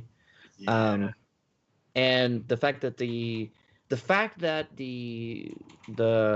tags for this one are drama and fantasy, I'm like, you could probably say the same thing for Angel Beats, and I'm like, I think we're hitting along somewhere along the same. This is gonna be heartfelt. This is gonna be probably tear jerking. This is gonna be like, I don't know, man. This is. I have some expectations for this, and I don't know if it's going to meet them or not, but I feel like the bar has been set on this one just a bit. And this is probably going to be the more, without being the gore factor that Higurashi is, I feel like this is going to be probably the more seriousness of probably the animes that I'll probably be watching for this season. So gore, like there'll be some shocking stuff because this studio is the one that's done True Tears. No, yeah, I'm just saying because I was gonna say serious anime, but I can't not say Higurashi is a serious anime. It is a serious anime. It's a very, very serious anime.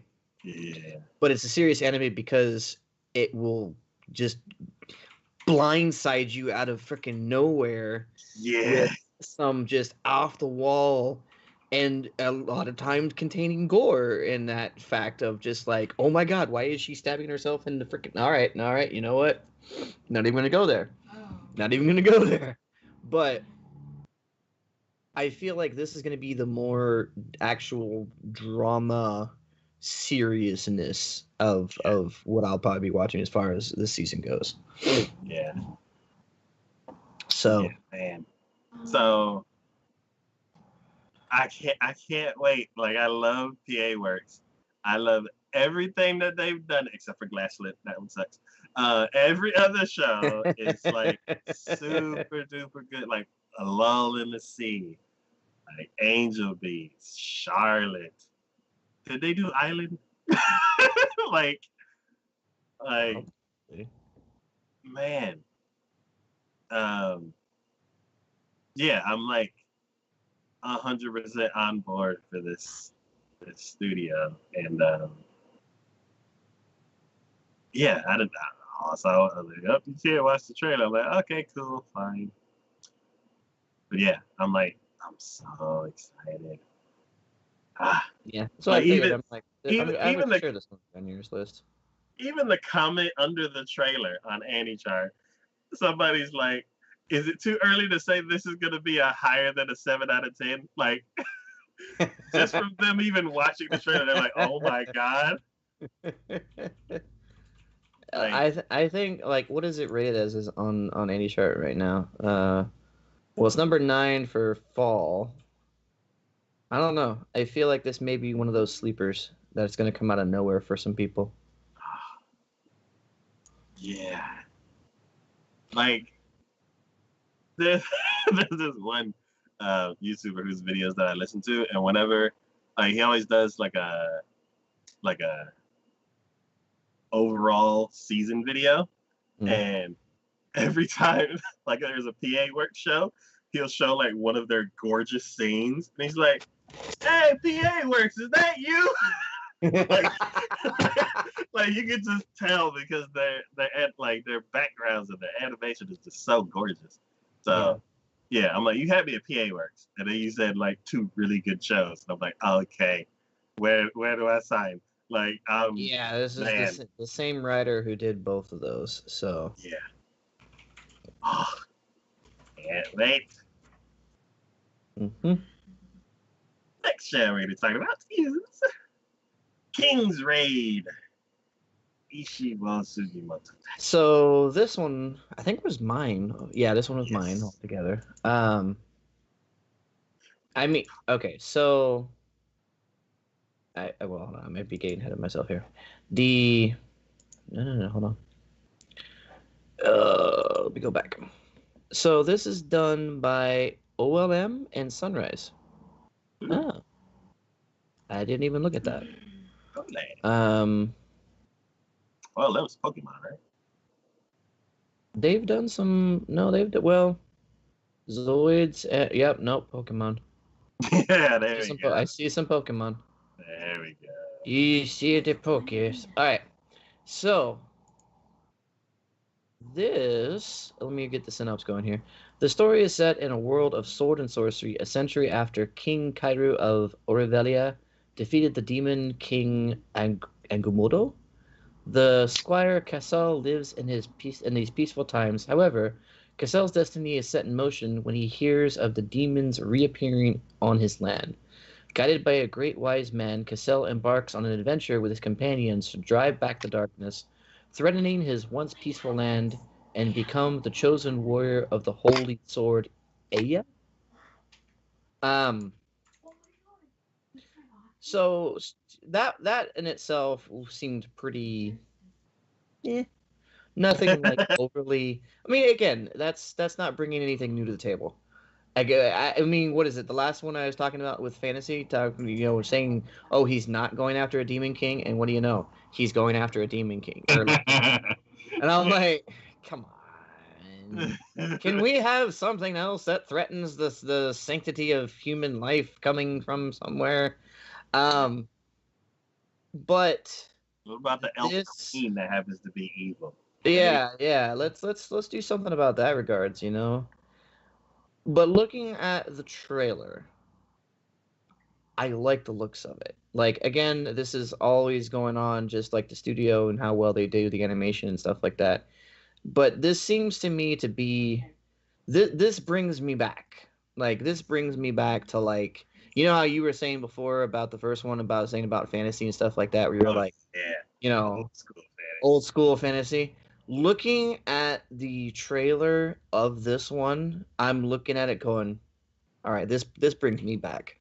This is like, you know, hack and slash warriors with mages and all this crazy other stuff happening and some giant behemoth of a monster that the hero has to go slay or whatever. And I'm like, all right, I can get behind this. This is nostalgia for me. This is kind of like the we're not bringing anything new to the table, but I've enjoyed my seat at this table for quite some time, so I don't see why I wouldn't ante up to it just to peruse around and see if I like something on the menu here. You know what I mean? Hmm. So I'm not like going like, oh my god, this is gonna be the quintessential anime for the season, but I'm at least saying that I think for those who have an itch for fantasy, you should probably check this one out. I would say because it seems like it's going to be right up that it's going to scratch that fantasy itch essentially. Uh, Something about like the pace of the fighting, like it was like slow and fast, fast and slow, slow and fast. And I'm like, I don't Well, know. see, that's what brings me into the nostalgia. That's like DBZ's, type of like we have that build up, and then you're like sudden attacks and then you're like all right, Yeah, now we're waiting the build up and then we hit again. I'm like that just brings me back. yeah. Um, as always, fantasy is my weakest genre, and when I saw that, I was like, hmm. Which But it doesn't surprise me that this one's not on your list because I mean again like I said this to me seems like pretty stereotypical in the middle. run of the mill. I mean, at least I can say in regards to what a lot of the recent fantasy has been doing. At least this is not an isekai. Yeah, This it's going back this to is a, basics. this is a straight up fantasy, which I'm like, you know what? This is my bread and butter. This is what I'm all about. This is what I do. This is what I like. I enjoy the clashing of swords, the fireball magic stuff like that. So I'm in for this, but yeah.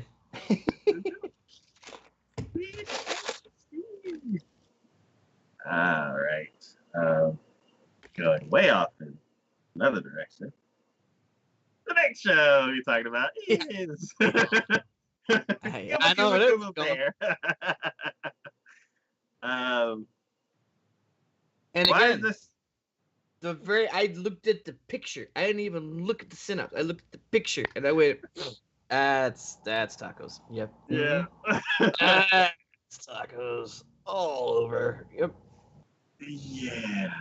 Um, so this show is done by TMT Square, which the name sounds familiar. We have talked about a show from them recently. Assassin's Pride. Cool, cool, cool. Oh, and the Valkyria one there too. Yeah. And, And that's and about. another bear show. They like them bears. No, that's honestly I think about it for them. Yeah. So yeah, Kuma Kuma Kuma Bear. But 15. I do see some looking through that I'm like, yeah, I see some cute girls doing cute things on some of these other ones too. So I'm not surprised that they've circled back around. It's been a little while, so this is them going through their cycle again. They're like, hey, we haven't done some cute girls doing cute things in a while. You got something rolling? Yeah. And we got this show with some bears. They're like, we haven't done a bear show in a while. Yeah, hey. Throw a bear in there. We're all good then.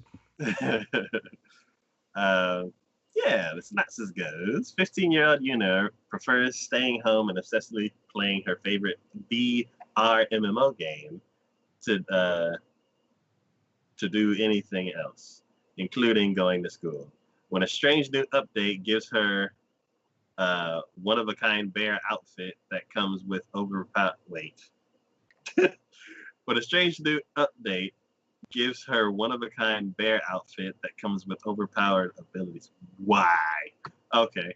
Yuna is torn. The outfit is unbearably cute, but too embarrassing to wear in-game. But then she suddenly finds herself transported into the world of the game, facing down monsters and magic for real, and the bear suit becomes her best weapon she has. Okay, that makes sense from the trailer now. Because let's go to my notes. Okay.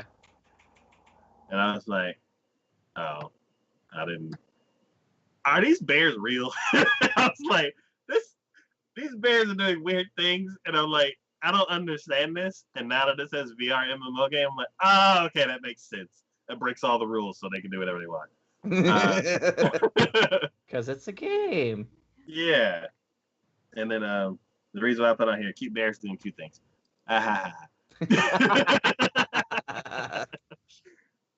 So I'm other than like a few other shows like Sword Art and I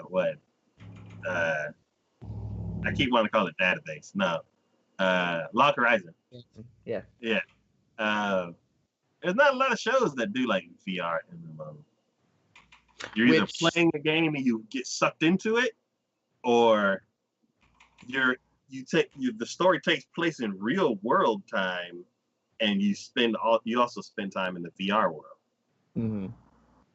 Like there isn't really getting sucked into the VR world, because then you just get sucked into a game, or you get sucked into a fantasy world, or something like that. So it's weird. It's like Isekai VR.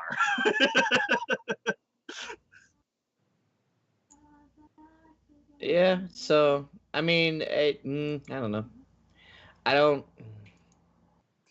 don't foresee myself, because it's just so damn cutesy.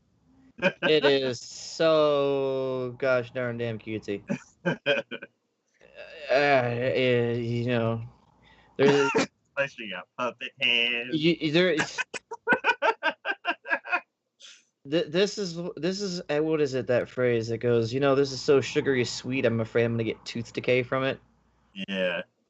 And that's what this, like, even just the picture that they have with the little bubbles and her wearing that bear outfit with little hand puppet bears, and there's a bear buildings in the background, and I'm just like, oh god, Jesus, this is so damn cutesy. The girl's like, hey, this reaches my threshold by like way above margins on that sort of thing. So this is gonna be way out of bounds for me on that one. Yeah. I'll be checking this one out. Pretty sure Ray Ray's excited. I would imagine. The next show we're going to talk about is Nagatsu Water Height Thirst. So this is an interesting thing because there is no synopsis. So there's no synopsis on and I can't watch a video on this one either. Wait, what? The videos it's aired. Wait. So I can't even watch a video. What? Yeah, can't watch a video, can't. It plays for me. Doesn't play for me. Weird. Oh, I had to go into it for it to finally do it. Like, I was just going out from the front page. Okay. Wait, is this it, or is this? A commercial? No, this is it. NBC Okay. Universal. Yeah. So. I can see why you would want to watch this one. I'm already seeing that.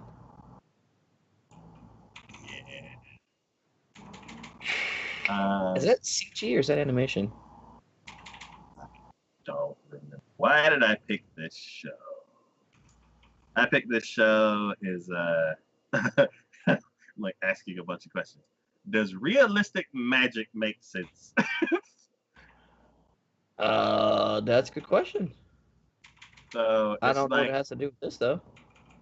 magic that looks like it's done by physics instead of like casting magic.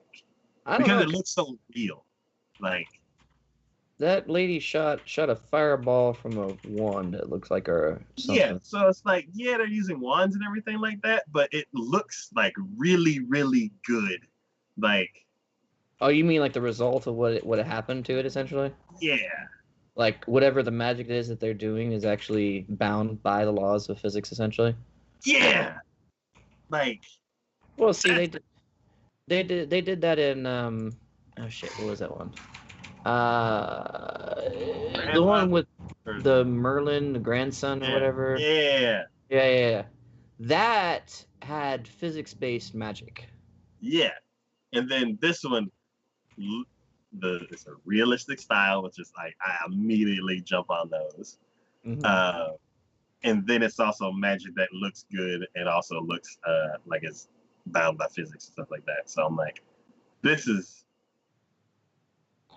I really haven't watched a whole lot from this studio. Yeah, so this is Yokohama Animation Lab. They've done the show from this season called Lapis Relights, which I don't remember what it's about. I still haven't gone back. It was so good this season. This last season, I can't even remember what it was about. Last year they got really into tights, so a little bit.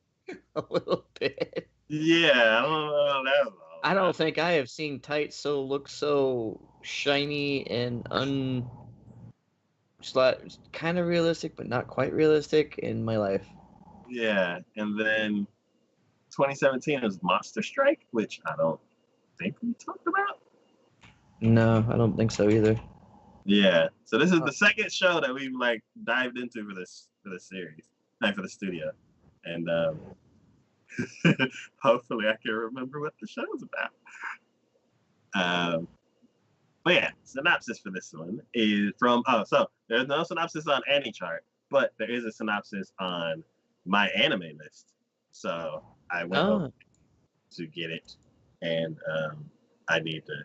So I think the picture cuts it. Oh my God, mouse! The picture cuts it off, so I need to find it.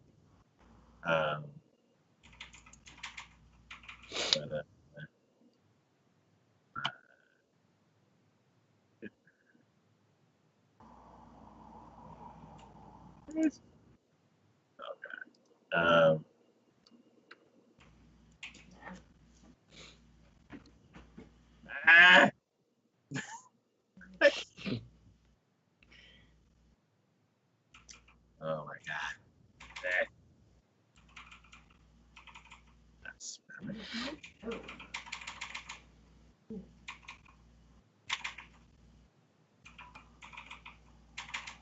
there it is. All right.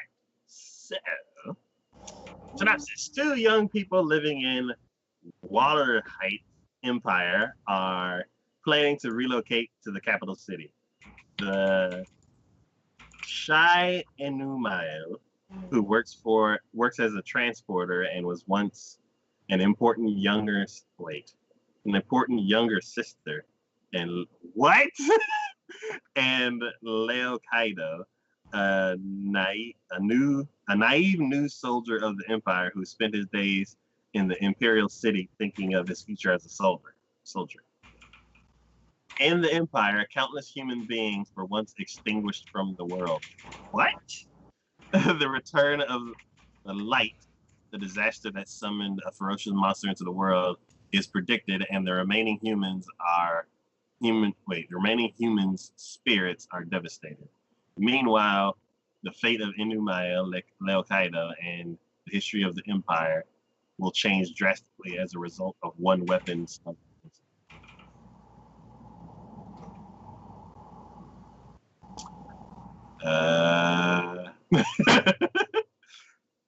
Alrighty then.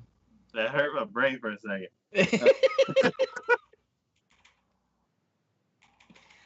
So, a huge tragic event happened. The world kind of rebuilt after it, and it looks like history is repeating itself because of one smuggling incident. Alrighty then. And we're following an important sister and a guy that works in the capital city and another guy. See, I'm not sure if that was more useful or not in regards to learning things. So, I mean, I may have been able to do without that one. You know what? For once, I understand why AnyChart said, you know what, we're going to skip the synopsis on that one completely. We're not going to put this one on the website. We're not going to put anything up there. We're going to wait for somebody else to write a better one. Yeah. We'll just let people come at this one on their own pace. We got the trailer. That's good enough. So yeah, realistic style that always catches my attention. Some cool looking magic, and some crazy stuff's probably gonna happen. Let's see, how is it gonna play out? How are the three people related? Like, I know one of them's a sister, but it's an important sister. I don't know who's important sister, but it's important though. The main guy gets involved in that smuggling thing, so he has people that he's smuggling with, and one of the soldier catches him, and his sister just happens to be there, and then the monster comes, and everybody runs away together, and then they try to fight back. Sure, sounds legit to me. All right. Yeah, we shall see how this one ends. The next show we're talking about is Majo no Tabita. You and me are both actually in agreement on this one. Yeah. And this is from C2C Studios, Which does not ring a bell. Nothing that I have watched. But let's see what they got. The Shacho battle. I watched this one the other season. What is this one? It's like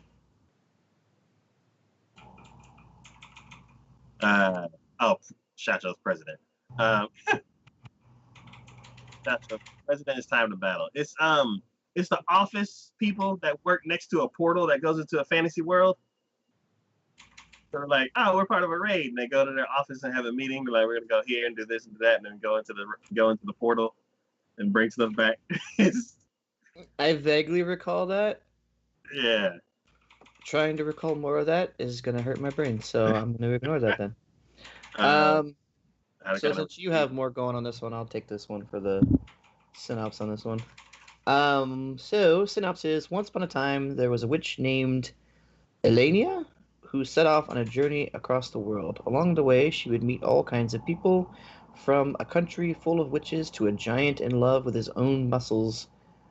But with each meeting, Elenia would become a small part of their story, and her own world would get a little bit bigger. So, I will say, this reminded me, just based upon the synopsis, of Kino's Journey. Okay.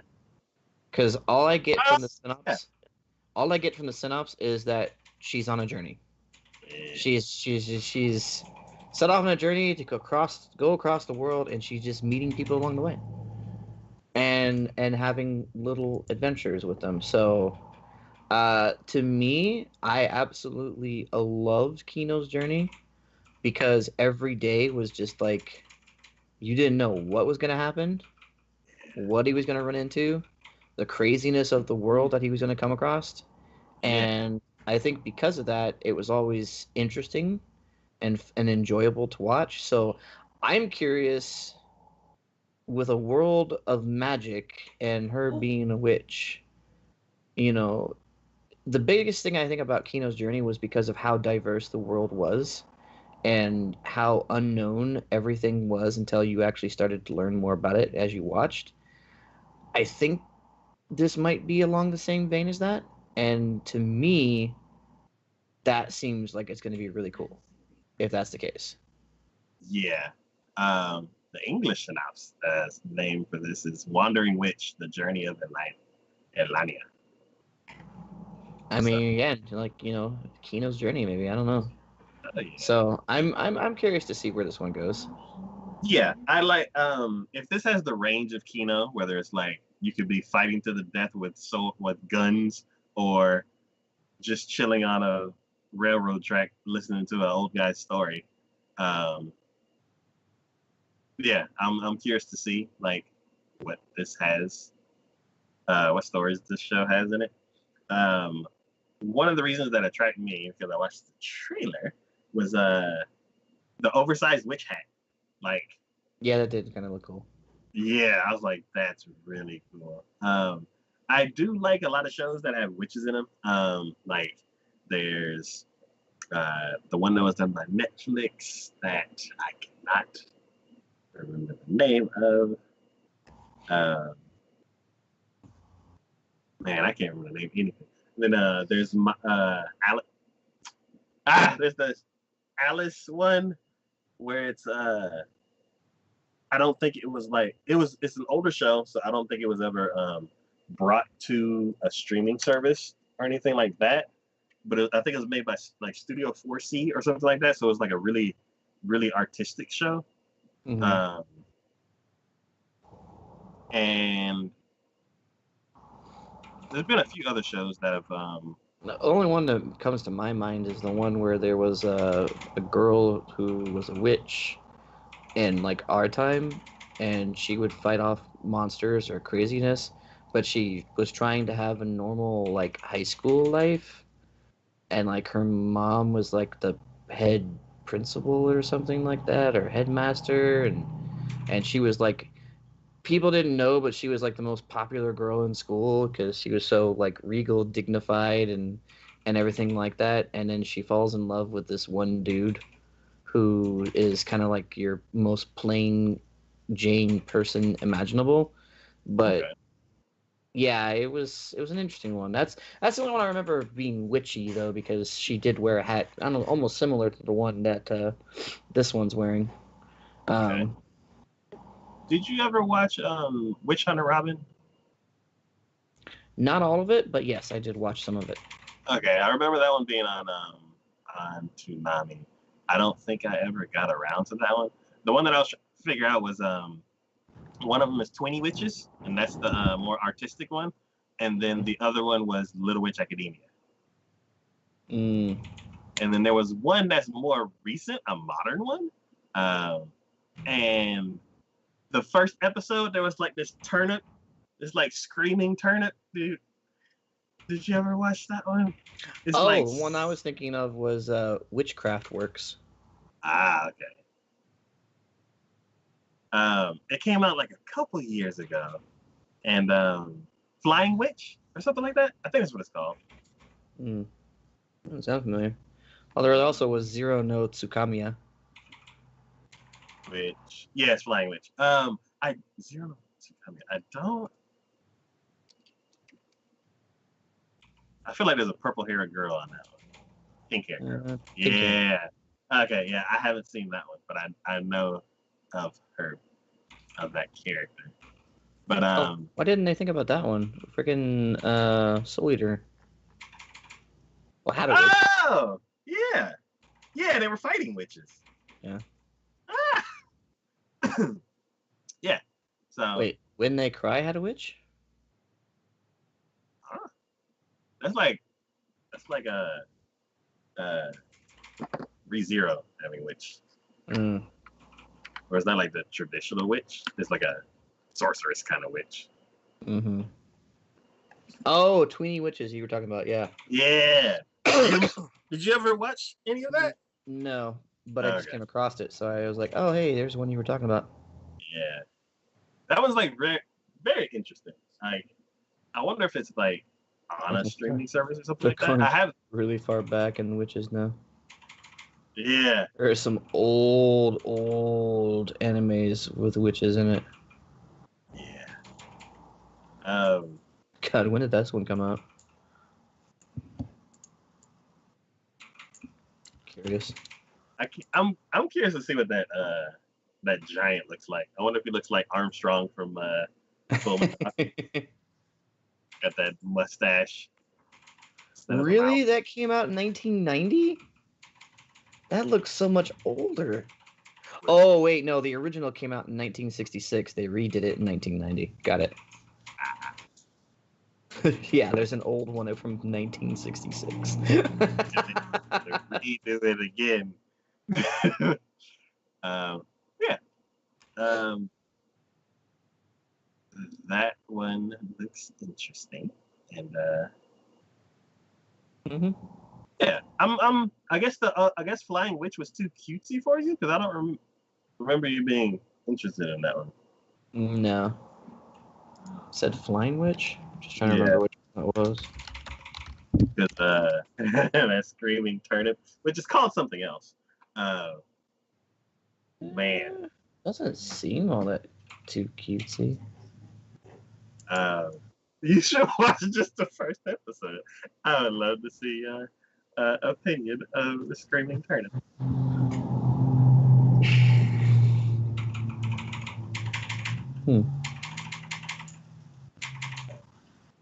Or is it a mandrake? I think is what it's called.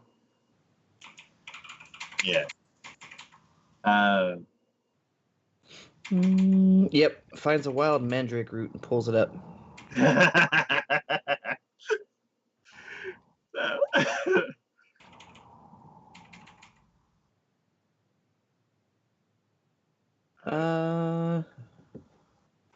There's like a trailer for it just to see.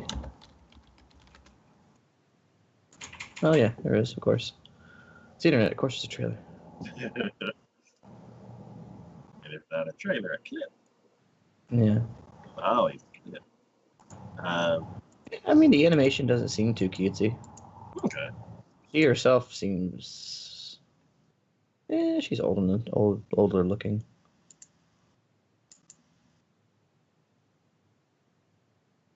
Why does that woman have that sort of eyes? That's freaky. That actually terrifies me slightly. I don't know. There's this girl with orange hair and like braids, and she literally has like her eyes look dead, like just deadpan eyes where you're just like, is she okay? Is something like, oh my god, it is so terrifying looking. I don't know why, but I'm looking at this going, oh, why? Why? Hold on. I know this is. Oh my god, that is just scary looking. That is. Wait, what did I? Oh, I know what I did. I'm just like, why is that scary looking? Do you have Discord still up? Huh? Do you have Discord still up? Oh, okay, yeah. No, do you or don't you? I can get it on my phone. Okay. You just shoot real fast. So I'm just like looking at this going, what the fuck? Where's that? There. This, and this. There we go. Sent. Oh god. You got that? Yeah. I'm like, why does she look like that? And she starts talking in the next scene, and I'm like, she's supposed to look like that? She looks scary. Like, it depends on how she's acting. If she's kind of like, then I'm like, okay, somebody put her under a trance. But if she's like, what do you need? How can I help you? I'm like, you cannot help me. I am leaving. I mean, yeah, she just. Wait, I'm just looking at it. She started. Because the witch says a greeting or something as she came by. She's not freaking out because she landed on a broom right in front of her or something like that. But she's still just like Yeah. deadpan staring. And then she like has like a moment of like all of a sudden she actually kind of goes, "Oh, hey." And wait. Okay, nope, she's rubbing her eyes. Is her eyes going to turn normal? Please tell me her eyes going to turn normal. Give me normal eyes. That's You don't show me? Ah. All right, whatever. I'm over that then. Anyways, I was. Do you see her? I'm looking at it going, that is freaky. Yeah. That is scary looking. Why is that so scary? Oh shit. Anyways, yes, going back, Majo no Tabitaya is a Tabiti, which is like, I'm looking forward to it. It Yes. seems like it'll be good. Yes. Yeah, I'm even more excited about it. I was like, ooh, a witch show. And I'm like, ooh, a witch show that's going on a journey. All right. Yeah. Yeah, I'm looking forward to it. Anyways, moving on. Cool. The next show we're talking about is Muna Nana. Muno Nanana. Oh, and I know where this one came from. So this show is done by as the Bridge. Bridge. I do not recognize them. They have done. Oh, they did Fairy Tale. Oh. Interesting. Oh, I haven't watched Fairy Tale. I'm thinking of Seven Deadly Sins. Yeah, they did Fairy Tale. Okay. Oh! Go down to 2011. Oh my god! Oh, Mitsudomore! Well. That's what they started with? That's what they started with. Okay. Oh god. Now a lot of these other shows that they made make sense. Okay. Jeez. Wow. Why did I put the show on my list? Because cute girls do cute things. Elemental users. Let's see the new twist. Okay. Actually, I'm a little. I don't know if this is going to be up your alley or not. This may. You may be expecting one thing, but I think this is gonna be a Higurashi moment.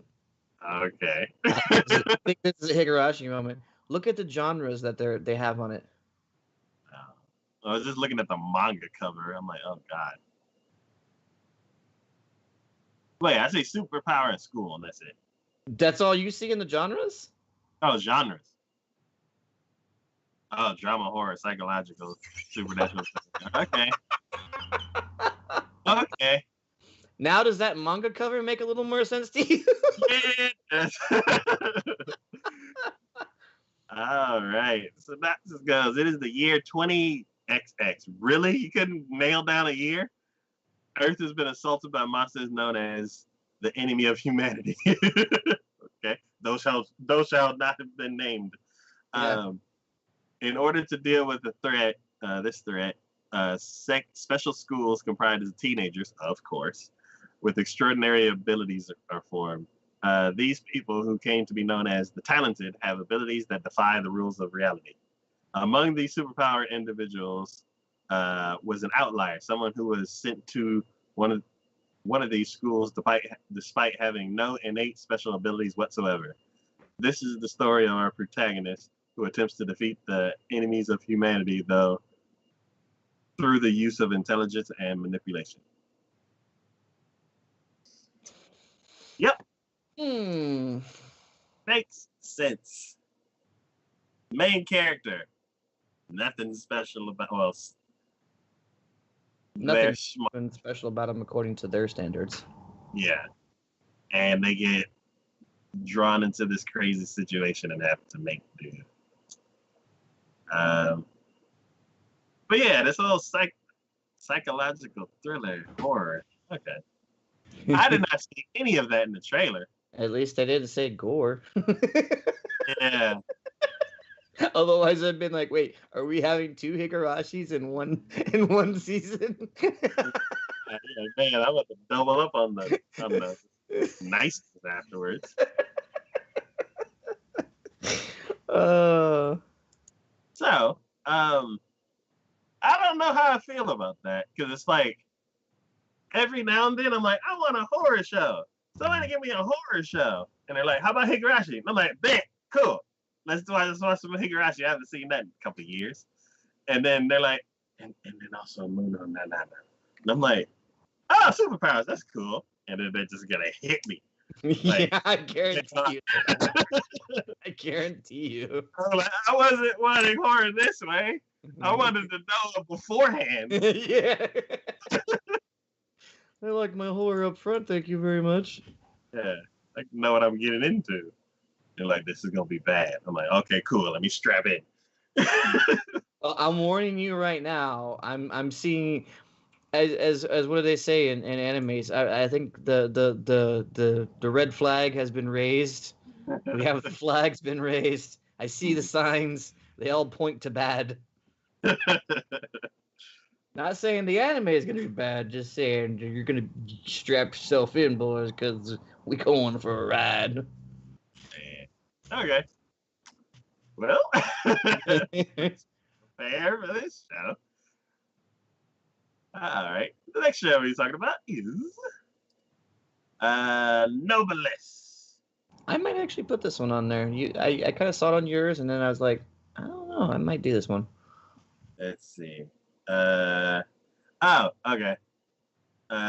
Basically, it's on my list because characters with powers. I don't know. I just like characters with powers, and it's like this trailer look like it's edited for a mainstream audience.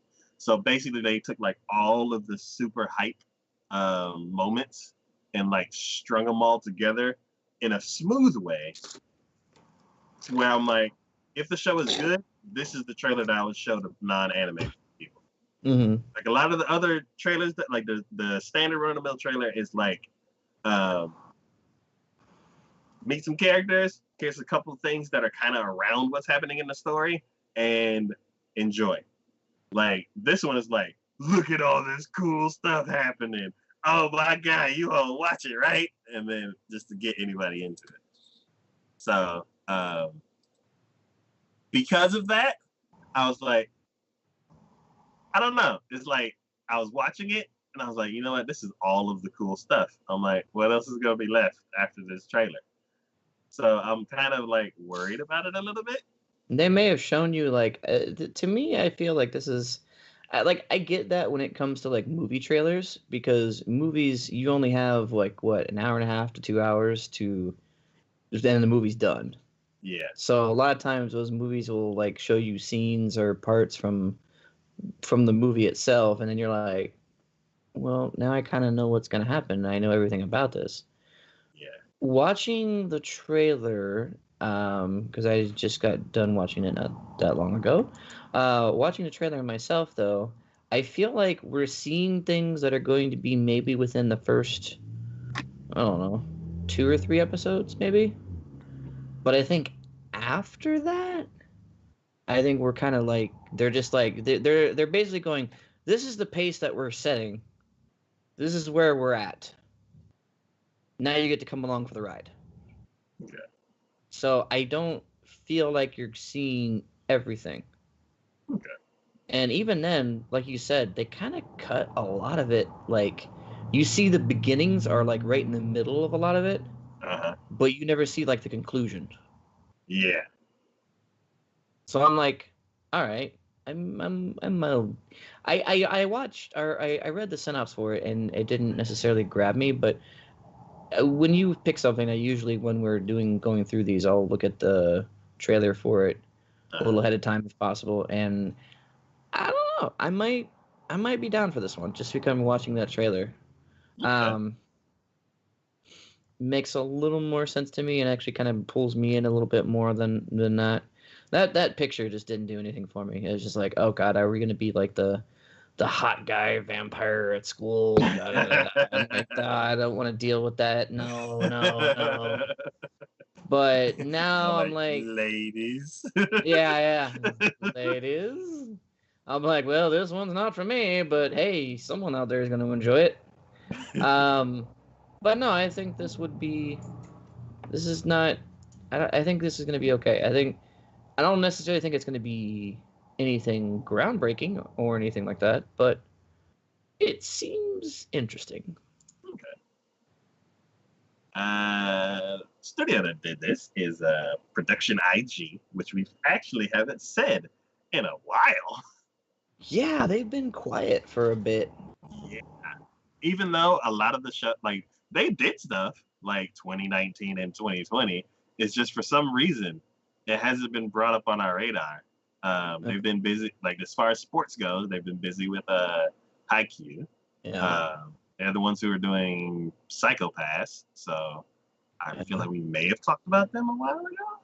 I think the only notable ones I'm really seeing from this are like Psychopaths, Haikyuu, and Attack on Titan, honestly. The rest, not nearly as notable. I know Vinland Saga got some good things going on for it, but yeah, they're doing what is it, Ghost in the Shell?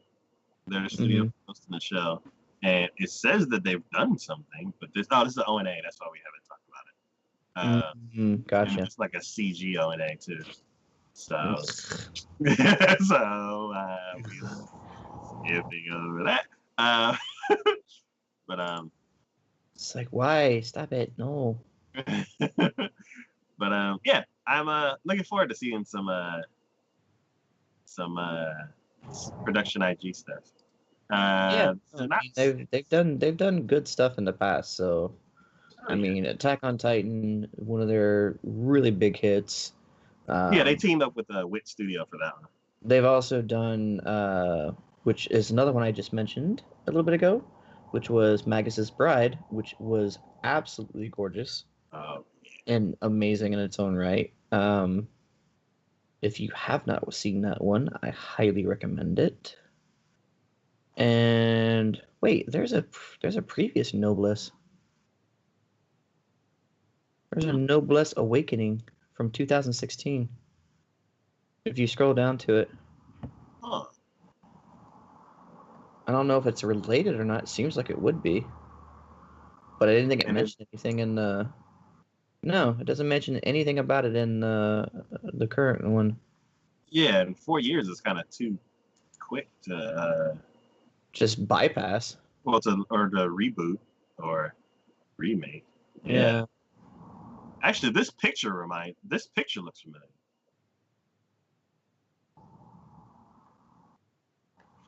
Weird. I don't know. Yeah. Okay. Interesting.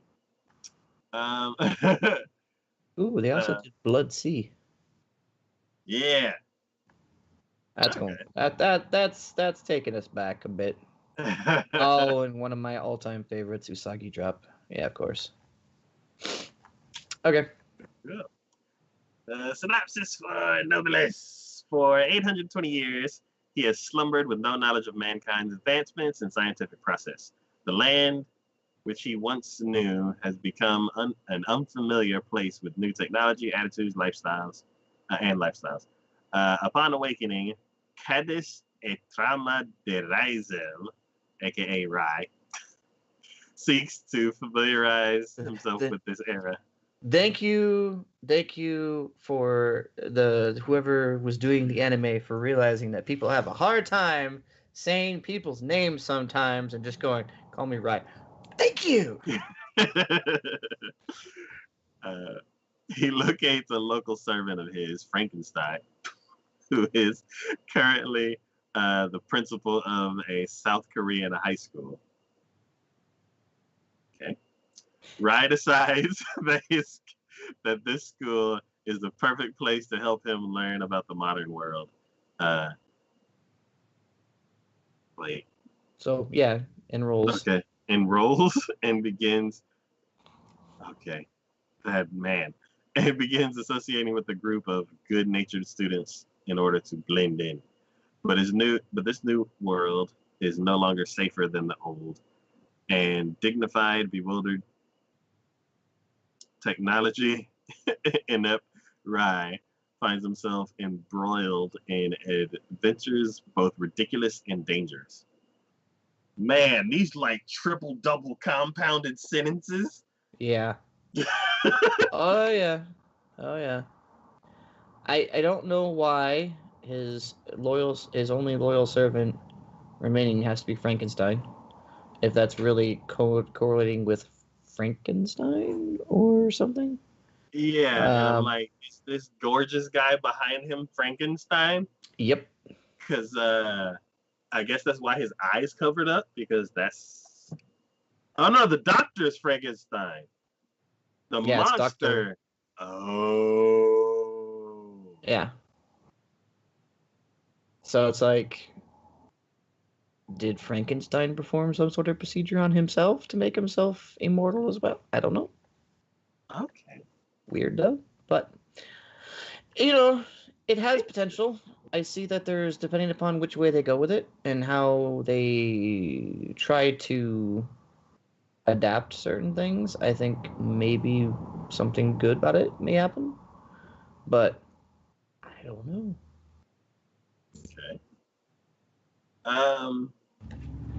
It's definitely action packed, I will say. Yeah. Not lacking in the action. Okay. This is gonna be interesting. I'm kind of curious about the old one. The old Novelist Awakening.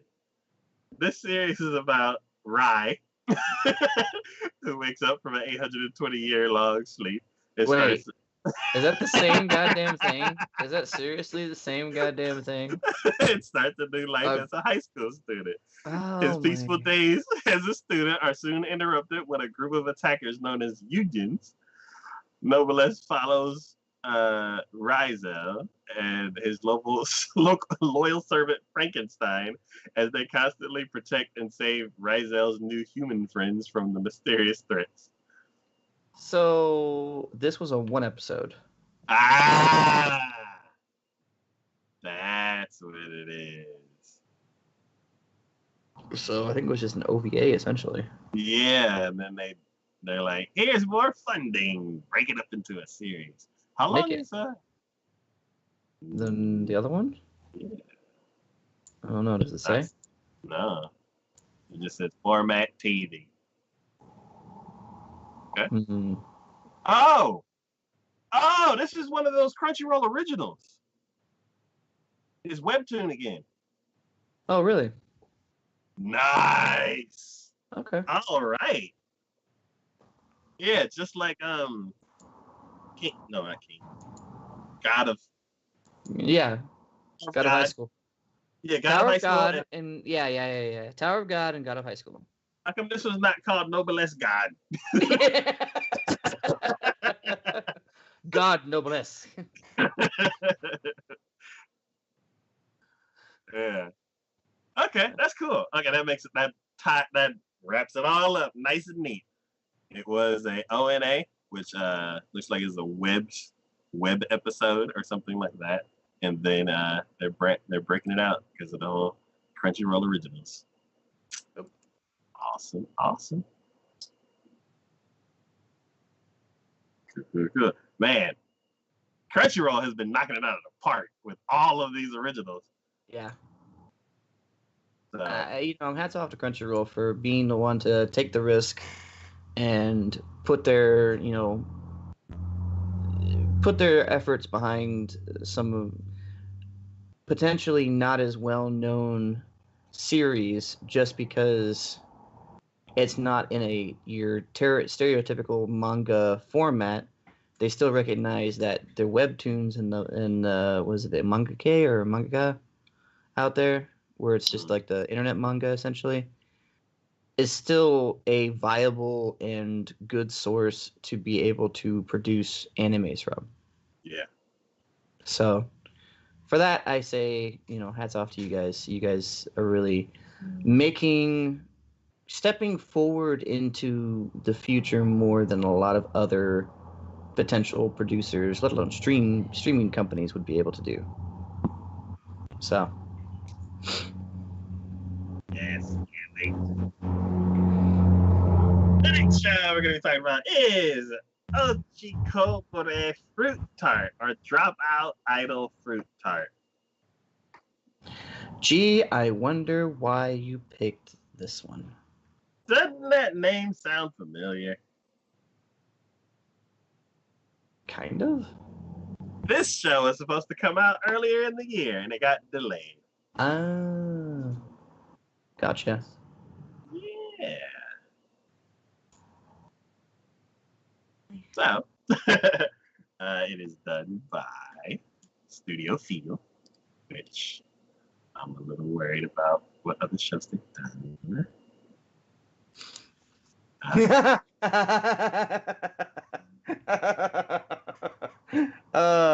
Well, they've done Island, so. Oh, okay. Yeah. Oh, they did Animosity too. Oh, okay, I'm on board.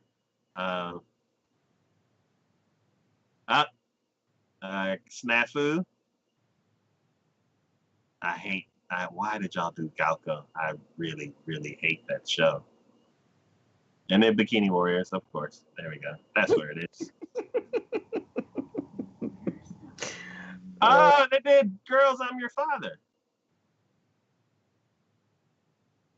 And they did Outbreak Company. All right, here we go. There we go. And they did Kiss Excess. Yep, and they did the H show. There we go. Again, it's just like it's a protocol. You go back in some studio's history long enough, and you start seeing it just every couple of years. Ecchi show and Ecchi show and Ecchi show. Oh shit. So yeah, got a lot of history with this studio. So we shall see what bad. So let's see what they're bringing to this one. Dropout Idol Fruit Tart follows a group of show business dropouts, rookie idol Sakura Ino, promising newcomer Midori Hemo, and former child actor Sekino Roko, former model Maehara Nina, and former musician Nikui Hayu, who all live in a dormitory together. But when it's revealed that the dorm is set to be demolished, I remember they set to be demolished. Manager Kajino Hoho has a plan: start an idol group called Fruit Tart with the girls and pay off a hefty $100 million debt. Oh my God! I remember talking about this. Yeah, I remember that too. Yeah. So just go get a new place. God, why do you have to spend 100 million yen? You could buy a freaking plot of land and build your own dormitory for a freaking 100 million yen. Are you kidding me? Okay. So, yeah, it's been delayed and now it's coming out. So we shall see how it goes finally. I feel like I talked about this with a lot more passion than when it first was airing. So go back to the spring episode. That's better. Just go watch that one. Yeah. Next show, the last show we're going to talk about is Senyoku Sigdrifa. Sigdrifa? Sigdrifa. Yeah, Sigdrifa. Okay. There's a lot of G's and R's in there. Yeah. Vowels. So this one was mine. And there is only one reason I picked this one, because there is no trailer available for this, but I'll read some synopsis for it. The picture, and I'm like, hey. I got this on my list. So the pillar suddenly appeared above Earth, threatening all life.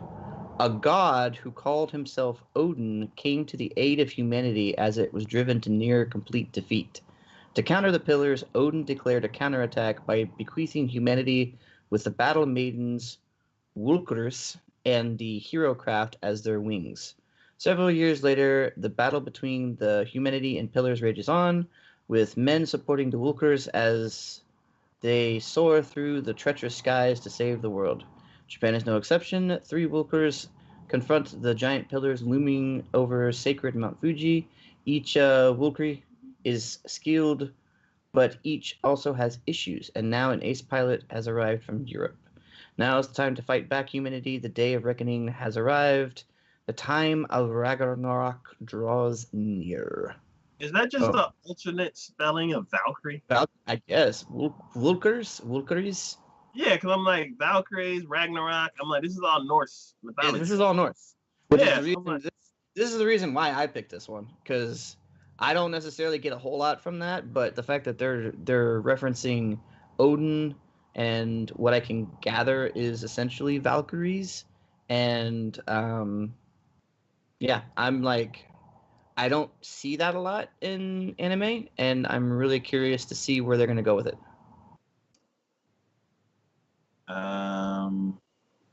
When they said ace pilot, I'm like, wait a minute. Are the girls planes? They get wings for some reason, it sounds like. I don't. Again, there's no trailer, so I can't tell what's going on with this. But yeah, it's not allowed in the U.S. I'm like, why? Then why? Yeah, It does not make sense. Why are you blocking the trailer from other regions? Don't you want to be like, hey, we created something awesome? People are like, oh, I want to watch it. Yeah. You'd think that, but again, this is referencing Odin and Valkyries, it seems like, and I don't know. I'm almost, because they said something about a ace pilot coming from Europe. You know what vibe I'm getting from this?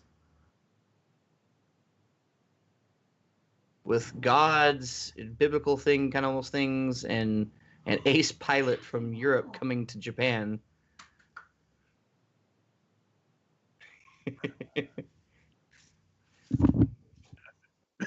I'm almost getting like a Neon Genesis Evangelion vibe from it. Oh yeah, and she's gonna be all red and red. Yeah, she's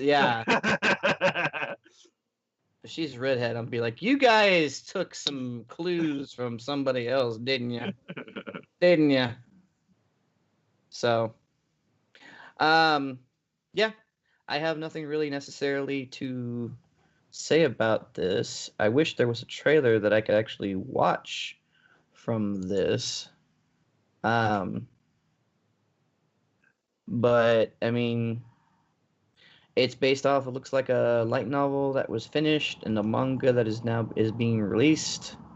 I mean, it has planes in the background. I'm not sure if that's maybe the guys that are piloting planes to support the females or something. I don't know. But girls don't turn into planes. I hope not. That's just I feel like they're just gonna be like Valkyries. They're gonna be able to fly. Well, Valkyries had like flying horses though. I don't know. Hero craft as their wings. See, I don't know. That doesn't give me any information. Hero They're craft. gonna be standing on top of the plane. I don't know. Yeah, I'm interested to see what happens. It may not be the greatest thing in the world. I may drop it after the first episode. I don't know, but I'm at least curious enough to give it a try. Okay. I'm curious with these pillars. I'm also curious about that too.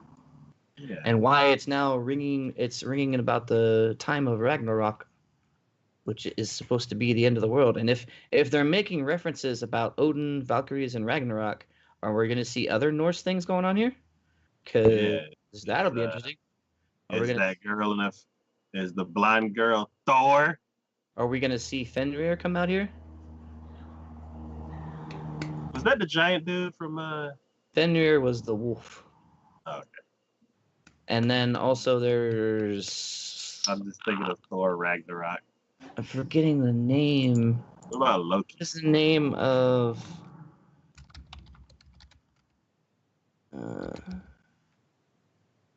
Norse. You know what? You know one thing that I kind of feel silly about that. Jormungandr. That would be something interesting to see too.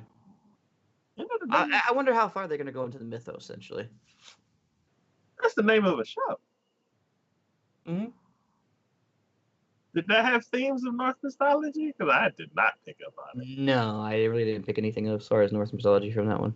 Okay. No, the Jormungandr is the Midgard serpent, the sea serpent, who during Ragnarok was supposed to encircle the world. Okay. So, and if there's apparently pillars appearing all over the world, I mean, I don't know. One slight taking the name Thor and moving it to something else. Maid Dragon. Coda. Oh yeah. That just clicked like a couple months ago. I was doing something. I was like, oh, Thor. Oh. What about it? Yeah. Oh, just the pronunciation of it did not say Thor to me. I was just like, oh, her name's Toru. And then the more I thought about it, I think some of another name of the characters, like, was another like mythical name, and I was like, oh, Thor. Oh yeah. So, I mean, I guess you could put that into that realm. I mean, their version of Fafnir was the other Chaos Dragon, the male one.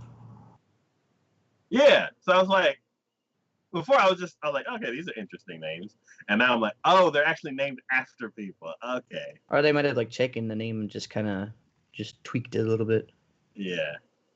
So, but yeah, that was so like the blonde hair girl's Thor.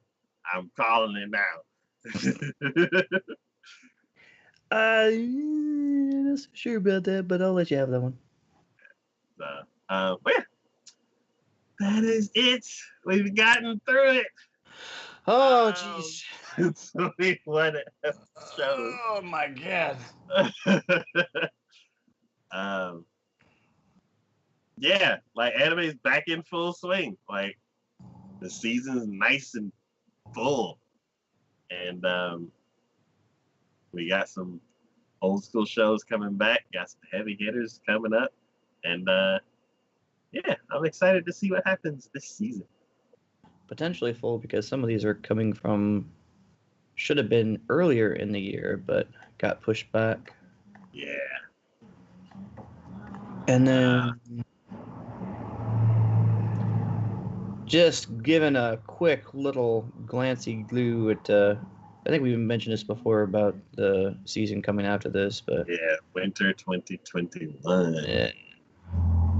Oh yeah, because you were mentioning Log Horizon before, and that's going to be coming back in winter 2021. Yeah. As will 7 Deadly Sins. Yeah. Oh, and slime. I don't know. There's some heavy. You know what? It almost seems like, and this might be because of just the COVID and everything, but it almost seems like the winter has now become the new summer. Yeah. Like I think so many of these had to get pushed back that now, like I knew Slime had to get pushed back. Hey, Beastars is continuing. That's yeah.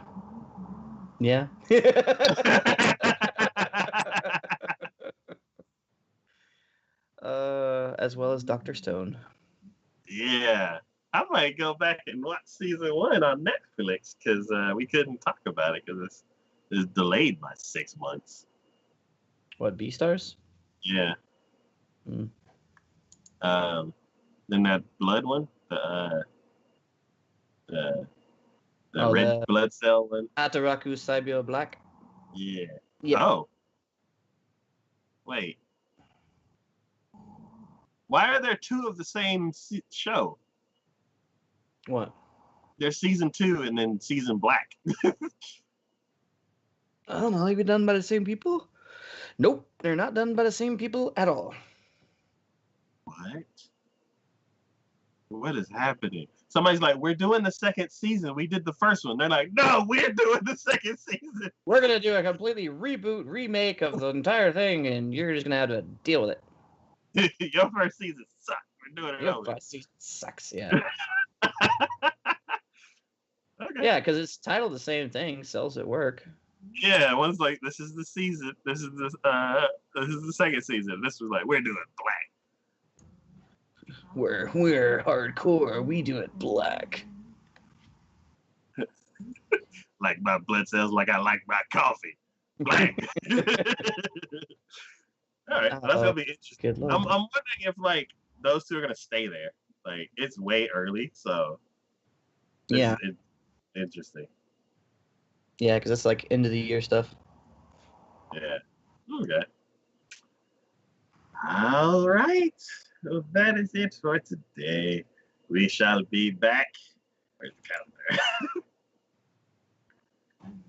Shall be back in 4 weeks. The 27th, talking about end of season. End of the season. Yep. Yeah. Man, there's a lot going on. Yes, there is. Last season, I had to watch so much stuff. Alrighty. Yeah, that's it. We'll be back on October 27th. No, September. Oh, okay. Calendar. I didn't know that once you scroll enough into the next month, it changes the name. Because I still have the 30th highlighted, I thought that the thing was okay. So yeah, September. September 27th. We'll be back with our final thoughts on the current season. Let's see how many of those shows I'll actually get through. And yeah. As always, this is DK and Shane from TacoYaki Anime. Thank y'all for watching. Thanks for hanging out in chat. Thanks for supporting the channel any way that you do. And we will see y'all next time.